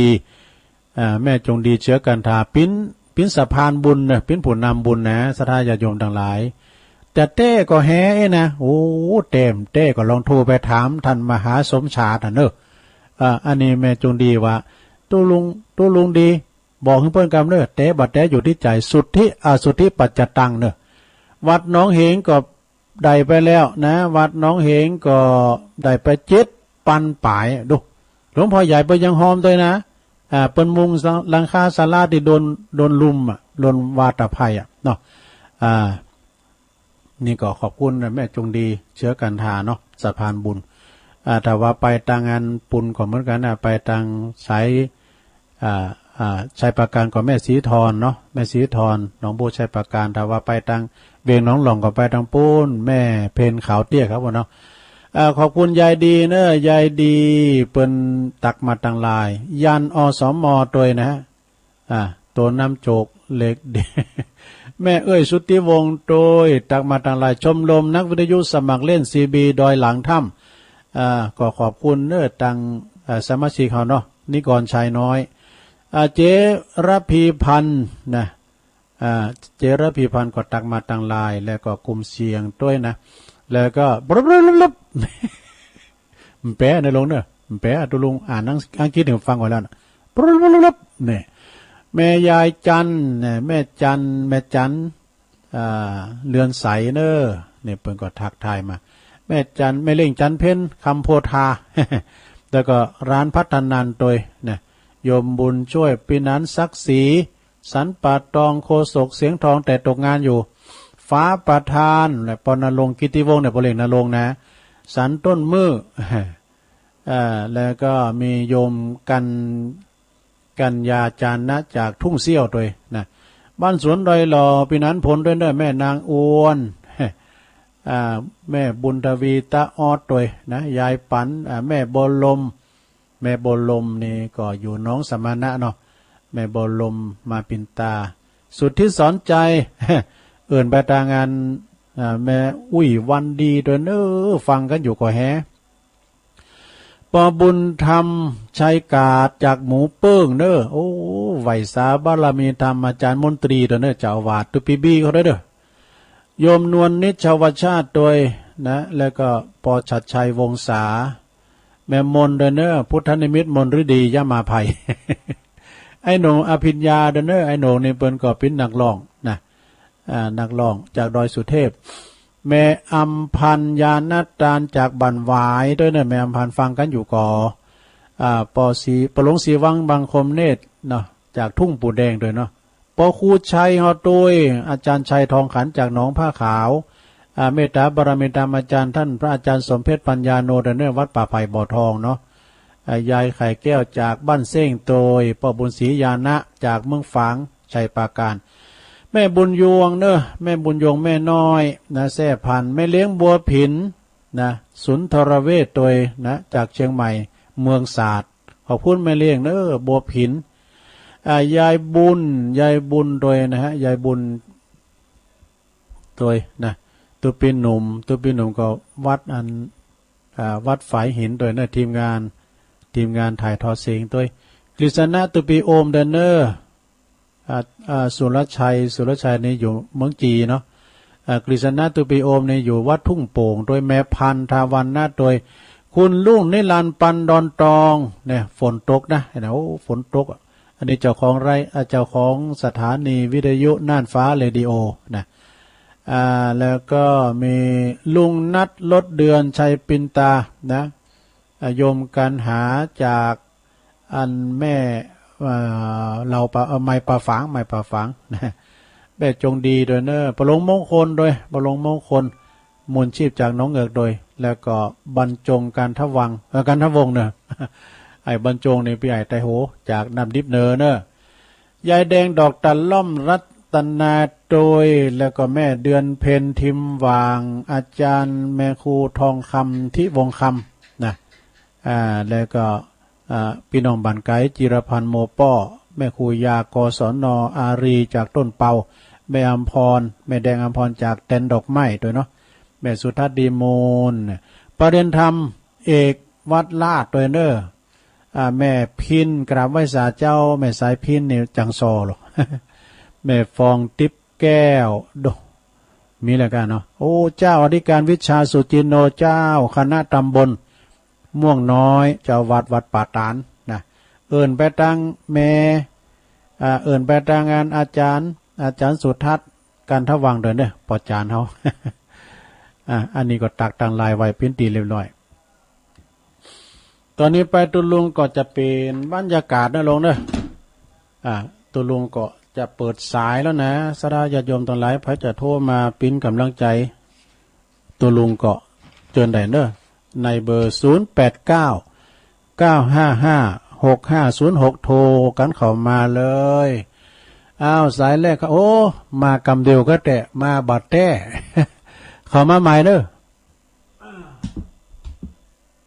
เข้ามาใหม่เจ้าสายมันจะสายไม่หน่อยนะสายมันจะแย่มากก็แต่นี้เจริญปอนใจน้อยเจ้าไว้ตาเจ้าวันนี้ไปหน่อยจะมาเปรราธนาธรรมบรรยายเนาะอย่างทานที่เกิดจะปฏิวัติธรรมพระพุทธวัตรต่างๆเนาะยายจะเป็น อาราธนาทำเป็นสัมพัญญะเนาะแต่วันนี้น้อยมันว่าเราเป็นสัมพัญญะมาจากจ้านะเจ้าอาราธนาทำบรรยายนะเจ้าคำว่าจะโลกานะเจ้าท้าวสหัมบดีพรหมเป็นบรมในพรหมมาท้าวมีฤทธิ์ศักดากว่าเทวาทุกหมู่พรหมน้อมหัดนมัสการปฏิฐานในที่สมควรแล้วจึงบังคมพระบรมศาสดาขอพรอันประเสริฐวรเลิศมโหฬารโปรดสัตว์ในโลกากิเลสาน้อยยังมีขอองค์พระจอมปราดสู่ธรรมาทันลุจีโปรดวงประชาสีผู้เป็นปีทวีธรรมมีมูลฐานอาจารย์ผู้เชี่ยวชาญช่วยแนะนำบรรยายพระสัทธรรมเทศนาและวาทีเพื่อให้สำเร็จผลแก่ปวงชนบรรดามิตรสู่สุขเกษมศรีกระดีที่ว่าเธอเนี่ยกำสัมปัญญาเจ้ากำยองวันนักกำนะเจ้าวันนี้กำว่าจักกิ่มนะเจ้าเนาะภาษาไทยแปลว่าจิ้งจกนะเจ้าถ้าว่าตกโตแปลว่าสุเกเจ้าไว้ตาเจ้าอ้าวเจริญพรแม่น้อยไวสาหลวงพ่อมานิดฮัลโหลหลวงพ่อมานิดครับกราบไวสาครับลุงก็ถวายความเคารพหลวงพ่อสาธุกิจดันเจ้าวาดวัดพระธาตุโดยน้อยรองเจ้าคณะอำเภอโดยรอขอถวายความเคารพท่านอาจารย์อภิวัฒนวิกรมแล้วก็พระครูสุเมธวัดฤาษีพระครูวรนาถถ้าว่าถามว่าที่วัดหนองเหียงเนาะ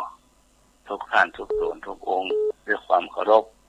เจริญสุขเจริญพรศรัทธาญาติโยมทั้งหลายแต่ที่ฟังตุลุงทราบซึ้งในคำและกรรมที่เป็นทำที่แม่อุ้ยนั่นแม่ครูท่านเขียนมาให้ตุลุงที่เป็นบทกลอนนั่นนะคติธรรมคำสอนแม่ทองคำที่ละเอียดเลยนะบทสรุปที่ซึ้งก็ว่าจะไปอาจจะไปอิจฉาจะไปขวายมีเงินคำกล่องตอมอนดอยเอาไปโดยก็มาได้เนี่ยตัวนี้ซึ้งเนาะตัวนี้ซึ้งของพระมงคลทุกอย่างทุกอันขอตุลุงเก็บไว้ให้ผมกำอันนี้ผมจะขออนุญาตถึงคุณแม่ที่ประสงค์มาให้กับตุลุงผมจะมาต่อยอดบรรยายให้ศรัทธาฟังการภาษาต่อจากทำเรื่องที่ผมจะเตะทกสิ่งยกนี่นะและนี่ผมจะขอมาต่อยอดเนื่อขออนุญาตถ้าตุลุงเก็บไว้ท่านใดผมจะไปคนเดียวผมบอกศรัทธาไปเตื้อพร้อมเดี๋ยวนี้ทุกคนก็ห่วงเรื่องโควิดติดต่อเนาะมันเป็นสายพันธุ์เปรูสายพันธุ์ใหม่อย่างที่ลุงอูกับผมนะบางคนต่างกลัวเอาของผมมันจะออกหัวออกก้อยเนาะมันติดได้ตายเว้ยของทุกคนปลอดภัยจากโรคภัยใครเจ็บโรคร้ายอันนี้พระตุลุงขอประกาศอนุโมทนาบุญบัจเจริญอะไรเนอะศรัทธาสาธุชนทั้งหลายที่จะโอนเงินมาช่วยกันเจาะน้ำบ่อบาดาล100 เมตรนี่นะใช้ถึงหมู่บ้านใช้ถึงในวัดที่จะขอบัญชีรายเปิดบัญชีนั้นเดี๋ยวนี้กรรมการวัดที่เป็นเฮรัญยิกเกี่ยวกับเงินกับทองวัดเปิดบัญชีของเปิดที่ว่าพวกคำอุตมาแล้วก็บอกกันหลังไม้จะโทรไปคุยกันมาลุ้นวันหมายเลขยังแต่พี่น้องสายสถานีวิทยุมก.ที่ฟังธรรมะทุกวันพุธเวลา 5:00 ปลายจากท่านอาจารย์สุนันท์อองศรีผู้ดำเนินรายการ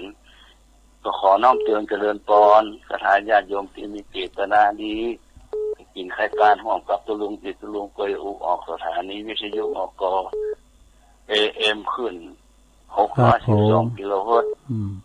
ต่อมาไผ่มาหอมตามเจตนานักน้อยว่ากันเอาว่าที่สถานีวิทยุมกเนอทุกเสียงทุกสายที่ฟังมกประเดี๋ยวนี้ฟังตุลุงยองอยู่ถ้าวันพุธหน้าตุลุงก็จะอู้ออกมกทางกรรมในรายการธรรมะวันคำตอนเจ้าวันพุธเนอทุกอย่างทุกอันของเป็นไปตามความมุ่งมั่นปรารถนาเพื่อประโยชน์ของเจ้าบ้านพุทธน้ำบ่อกอสลาเนี่ยนี่จะเจาะบ่อกระดานเป็นน้ำบ่อแก้วกินเย็นกินทั้งพันคนที่เป็นอยู่บนดอยกิ่วที่เป็นพี่น้องชาวเผ่าลาโฮอันนี้ถึงเปิ้นจะนับถือ ศาสนาอื่นแต่ก็บ่เป็นหยังมาไปเอาไปไผ่ไปห้องตามเจตนาที่บ้านปหลวงมานพสีอ่อนเนอปหลวงใหม่หมู่ที่9ตำบลแม่โป่งนี่เนอบ้านเฮาก็ไม่แดงหมู่9ช่วยกันเด้อเนอถ้าญาติโยมหลายสาธุขอบคุณทุกลุงจักนั้นเนอสาธุสาธุหลวงพ่อมานิดสำนักสงฆ์หอมบุญปุจจจรน้ำบาดาลเจริญปอนเจ้ากับผู้สาเจ้าทุลุงแม่สายพินเจ้าฟังอยู่เนออันเอาข่าวเรื่องพระคุณแม่เห็นน้อยเนาะเจ้าเนาะเจ้าลงตัวลืมตายลงกายลืมเท้าลงผัวลงเมียจำให้คนอื่นหมื่นแสนหลายปันหลายร้อยบัดเต้าแม่เจ้าจักคนลูกเคยลองนึกกุดก้อยเหตุผลที่ได้เป็นคนก็ย้อนแม่เจ้าแม่เกิดลูกมาบัดดันกินข้าวได้แต่มัวเมารำร้องลูกเจ็บในหาเจ็บขาเจ็บท้องแม่เฝ้าพร้อมใจจมน้ำอ้อยน้ำมิ้นน้ำนมคนนมผงบัดเต้าน้ำนมมันดาแม่เจ้าเจ้าเนาะตุลุงเนาะจำเปิ้นมาดีแล้วกะไว้สาถ้ากำลังใจทุกคนทุกคนเนอะเพื่อนกำลังใจตุลุงตั้งแต่เจ้าเนอะเจ้าสาธุสาธุเจ้ากะไว้สาเจ้าโอ้ก่อนในฟังมันถึงกายนะเรื่องงานเขาทำจ้อยปอจ้อยแม่เนี่ยเนาะคุณแม่สายพินเนอะเจริญปอนกะไว้สาเจ้าแม่สมพัฒน์เจ้าชัดเจนดีเจ้าคนมาจุกแล้วเนาะรู้กว่าแล้วละฟังจ้อยฟังซ้อมแม่สายพินกับม่วนดีจ้าแม่ย่อยสันทรายเนาะเจ้ามันโทรมาแต่ว่าก็โทรบัดทีได้ฟังตลอดแล้วเจ้าโอ้ยินดีอ๋อโทษแม่ย่อยสันทรายเนี่ยเป็นฟังกันหลายกะเนาะเจ้าฟังกันหลายเจ้าฟังเจ้าเพิ่นก็ฟังเจ้าโทรทุลุงคนว่าเป็นตัวแทนเนาะเพิ่นฟังเป็นตัวแทนอากะเนาะเจ้าเป็นกำลังใจเจ้าสาธุแม่สมผัดแม่ย่อยสันทรายเนาะ0899556506เจริญปอนเจ้าได้ลุงแม่เพนนะว่าไปเลยจ้าแสงไฟสว่างจ้าแสงธรรมะสว่างใจสว่างตาได้แสงไฟสว่างเจอได้แสงธรรมเจ้าพอชัดเจนเลยลุงเด้อโอ้จ้าลุงเจ้าว่าเจ้าโอ้แม่เพนขาวเตี้ยสะพานบุญเหมือนกันเด้อนี่นะจากตาจ่างเนาะเจริญปอนเจ้ากันว่าจ้าลุงตั้งได้แม่เรียนตัดเป้าไม่จันเจ้าแม่จันเนาะเจ้าแม่จันแม่จันเนี่ยอยู่มันก็ลงมาตี3แล้วปางยิ้วเนาะเจ้าฟังไว้พระอยู่ใส่เข้าพระอยู่ปางยิ้วเจ้ากำลังใจเนอทุลุงเนอขอบคุณหลายๆเนอแม่จันเนอเจ้าพี่น้องบ้านไกลเหมือนกันเนอนี่นะแม่จันเนี่ยอยู่ปุ่นอะปางยิ้วเวียงป่าเป่าเจริญปอนเจ้าว่าเจ้าตั้งได้ไหมโอ้แม่โบคำแม่โบคำตาจ่างว่าเป็นดีเด้อดีกะแม่โบคำขอบคุณแม่โบคำหลายๆเด้อจ้าสาธุมขึ้นแล้วเนี่ยก็ได้ยินเพิ่นโทรไปหาหลวงพ่อดอกเพิ่นเอาน้ำมนต์ดอกเจริญปอนโอ้มาละเจ้ากาขนดำพ่อบุญมีครับตื่นมา3 โมงมาดูเมืองกาเวลามันตื่นน่ามันตื่นเจ้าดอกตุลุงก่อนตี 1ถึงลุกมาเลยดีดพืชแล้วนาฬิกาปลุกแล้วก็ลุกมาเนี่ยพ่อบุญมีเมืองกลางชัดเจนดีเนาะพ่อวัดเป็นคนที่เนี่ยเดี๋ยวคนที่เป็นถึงรวยแล้วลุงแม่น่ะคุณโกเม่ถึงรวยกูลายเอามาชื่อกันเนี่ยเอาหลอกเลย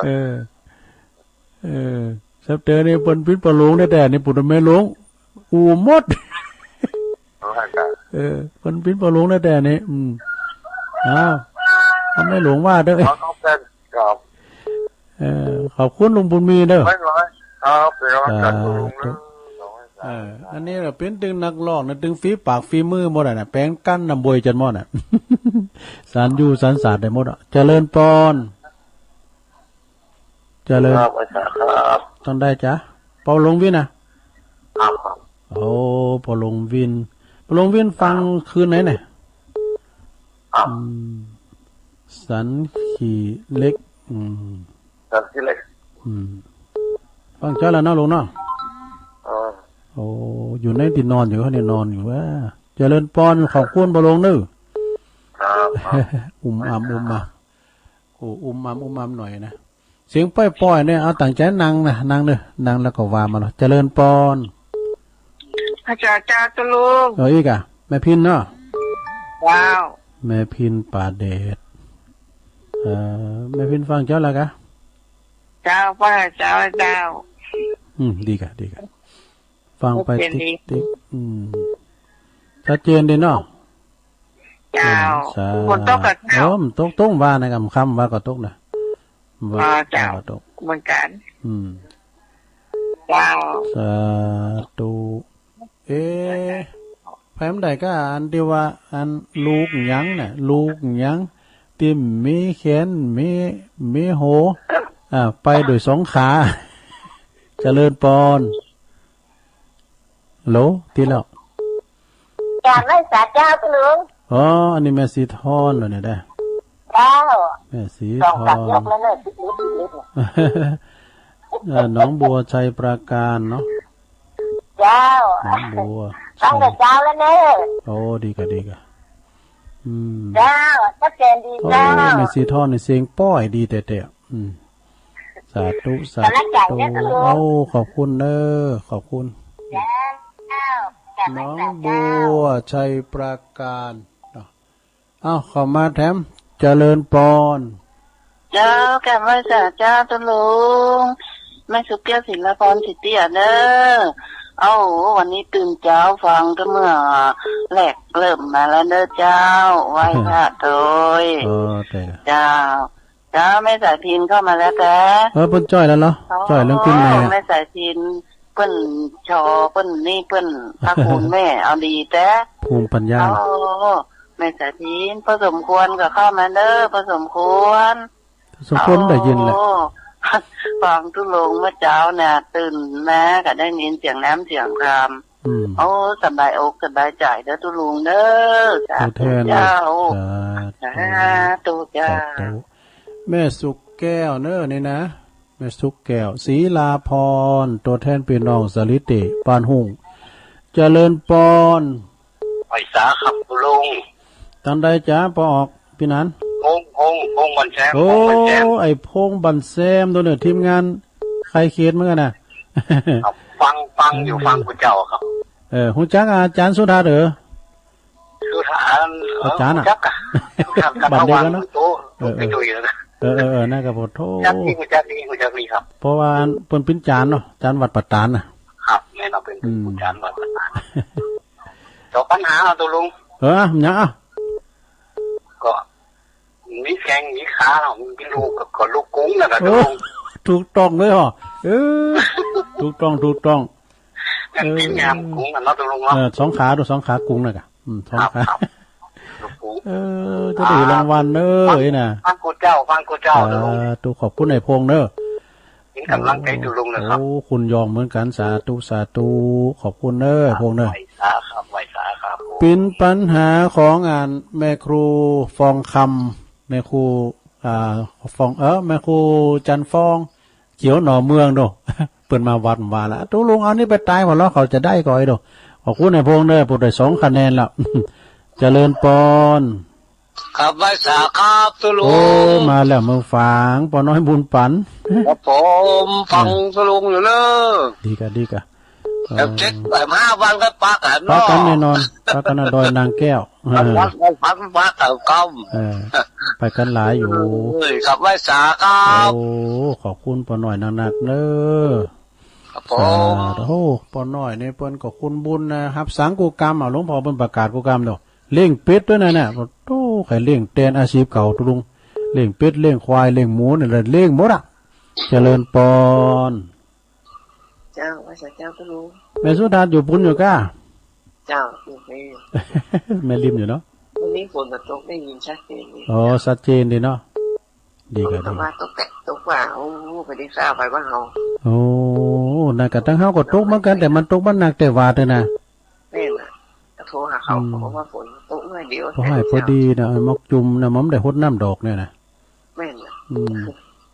ตกมะโกมันเสงเนี่ยบ้านเปิ้นเมืองเปิ้นเนี่ยโอ้น้ำไหลไฟดับเนี่ย ว่าอย่างไฟบ้านเฮา บ้านเฮานี่มันไม่จะได้ไม่แต่แมลงไม่นี่จ๊ะเขาแบบตุลุงเป็นแมลงแมงแรงอันนี้ก็แมงแรงก่อนด้วยก่อนเอาปลาเจ้ามายินดีแม่สุทัศน์เด้อหาว่าเฮาเป็นแมลงเอาเข้ามา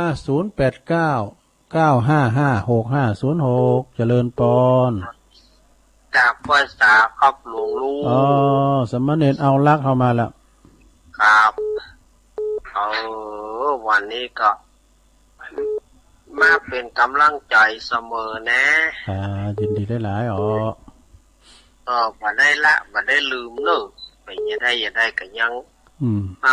เป็นกำลังใจอยู่เสมอเปิ้นฟังเฮาฟังเปิ้นเฮาก็ฟังสอบฟังพระอาจารย์เน้นหลักแล้วเปิ้นก็ฟังเฮาโดยกะครับผมก็ฟังอยู่เสมอบ่ได้ขาดเนอะวันนี้มีงานเนาะผูกกันมีงานเขาดำเนาะครับผมขอบคุณหลายๆเนอะครับกำลังใจเสมอนะครับเนอะสาธุครับสันเหมืองสมณเณรเอารักปัญโยนันเด้อนี่นะเจริญปอนค่ะเจ้าตุลุงนามแม่อุ้ยอินนะ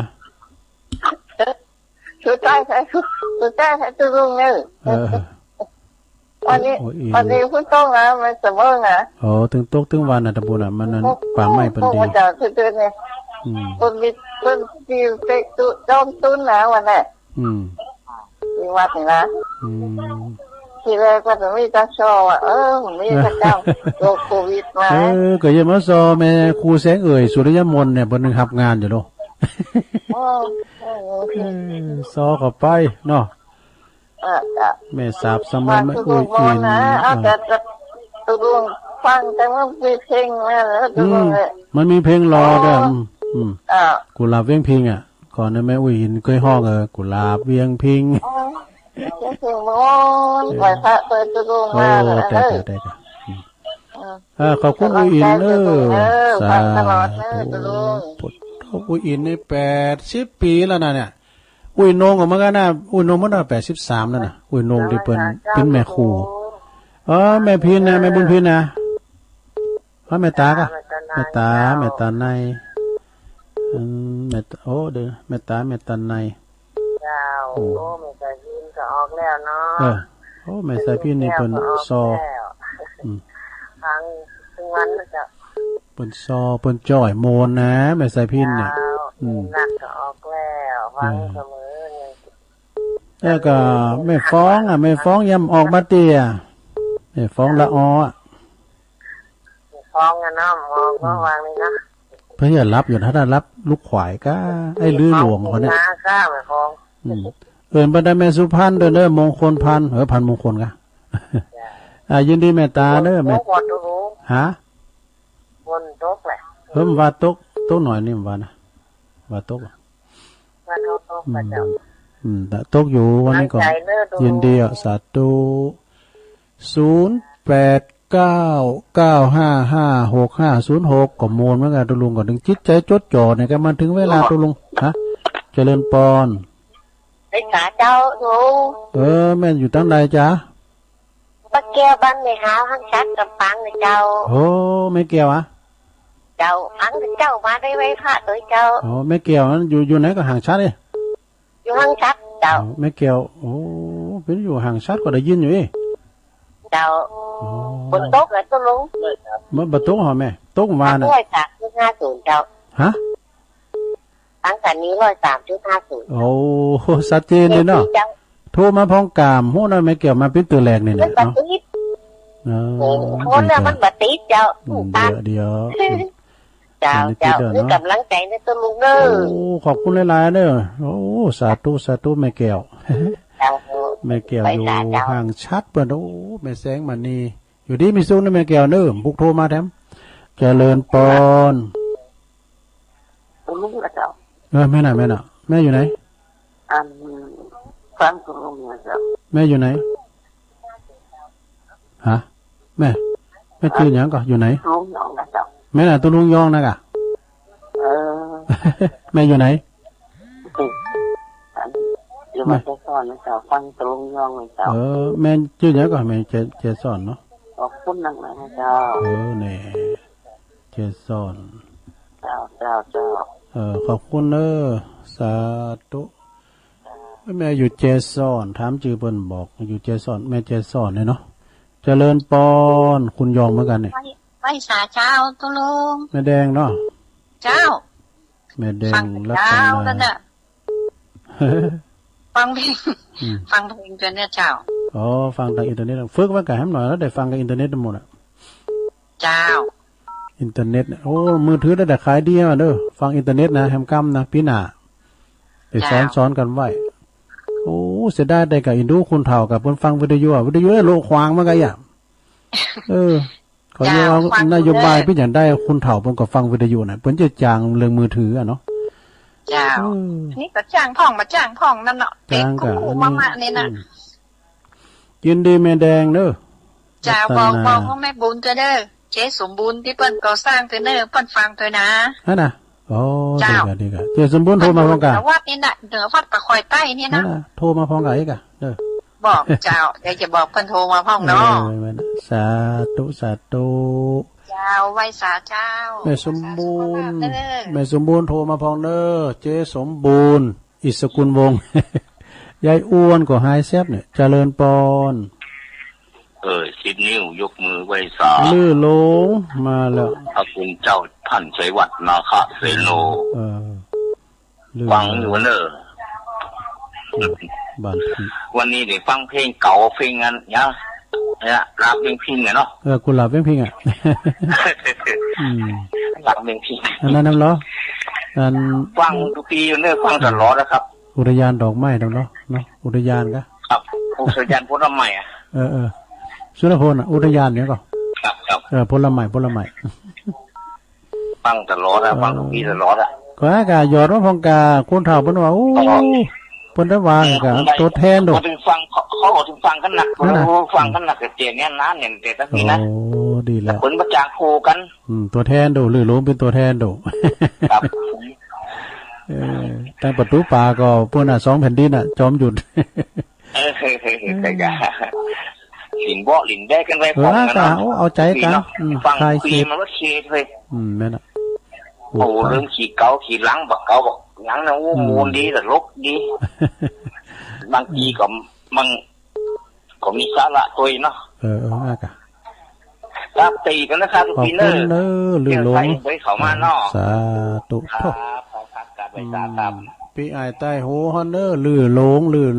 งโทรมาละเนาะต่อไป0899555656โทรเข้ามาเจริญปอนเจ้ายายพรมาแล้วยายพรล่องโวแดงนั่นจะดีอ่ะนั่นน่ะดีกะล่องโวแดงยายพรก็สบายดีนะฝนตกหวานโตบ้างดีกะเจ้าดีเป็นยิงจบนะยายพรก็เป็นยังไงเนี่ยเจ้าก่อนเรื่องคะแนนเมาอะไรมันยาวงดไว้ก่อนกันมาโจโหยังแฟนกับตัวมากึ่งกลางเนี่ยมาเข่าล่ำตางเบอร์ละกันไม้กำก่อนมาโทรบัตรตีได้โทรบัตรตีจะได้เยอะทำไมล่ะเป็นยังอยู่กับบ้านกับจองฮะว่าโทรวันนี้กันเหรอตาเนี่ยบึดก็โทรกำเนี่ยก่อนนะเดี๋ยววันนี้เอาเลยว่าออกกาศรุ่นอื่นมันออกมาแล้วก็เขาก็โทรไปเนอะ3 โมง3 โมงนะ หมูจักเปิ้นนี่หมูจักเปิ้นมาวันศีลย่าไปวัดเหรอไปโอ้นั่นดีก็ไปขอปู่เจ้าขอหนึ่งมากะเนาะดูข้างกันไปยายพร79เลย79โอ้เหมาะกับเล็กเหมาะกะก็ขอยายพรปราศจากทุกโศกโรคภัยห่างไกลจากโควิดเนอะมีสุขภาพสมบูรณ์แข็งแรงเนอะขอเป็นกำลังใจให้ยายพรตัวเนาะกินข้าวหลายๆเนี่ยมัมกินหนักๆโอเคเมาเตอมันยาวยายพรมันของอ่ะมันยาวลองเหรอจะจบเวลาน่ะสุดท้ายแล้วทำงานการก็แบบนี้เลยเนาะเอาตัวหนาเนาะบุญเนาะพุกเอาใหม่เนาะขอบคุณยายพรเกินมันหมิ่นแล้วไปเวลามันถึงแล้วน่ะเดี๋ยวนี้แฮมสายเดี๋ยวสุดท้ายอ่ะเจริญปอนสายเดี๋ยว24สุดท้ายอยู่ตรงไหนขอโทรไปงูคิดติดแล้วติ๊กจ้ะแม่อยู่ไหนแม่อยู่แม่ป่าบ้านท่าไหลสายกันแม่ป่าเนาะแม่ป่าหลายสายอ่ะโอ้ไปงูคิดติดโทรคิดติดตึงติดแม่ก็ได้ยินแม่ป่าหลายสายในมึนนะแกกับได้โทรมาได้จ้ะอยู่บ้านท่ากะโทรเหมือนกันนะอยู่บ้านดีกะอยู่บ้านท่าก็ไหม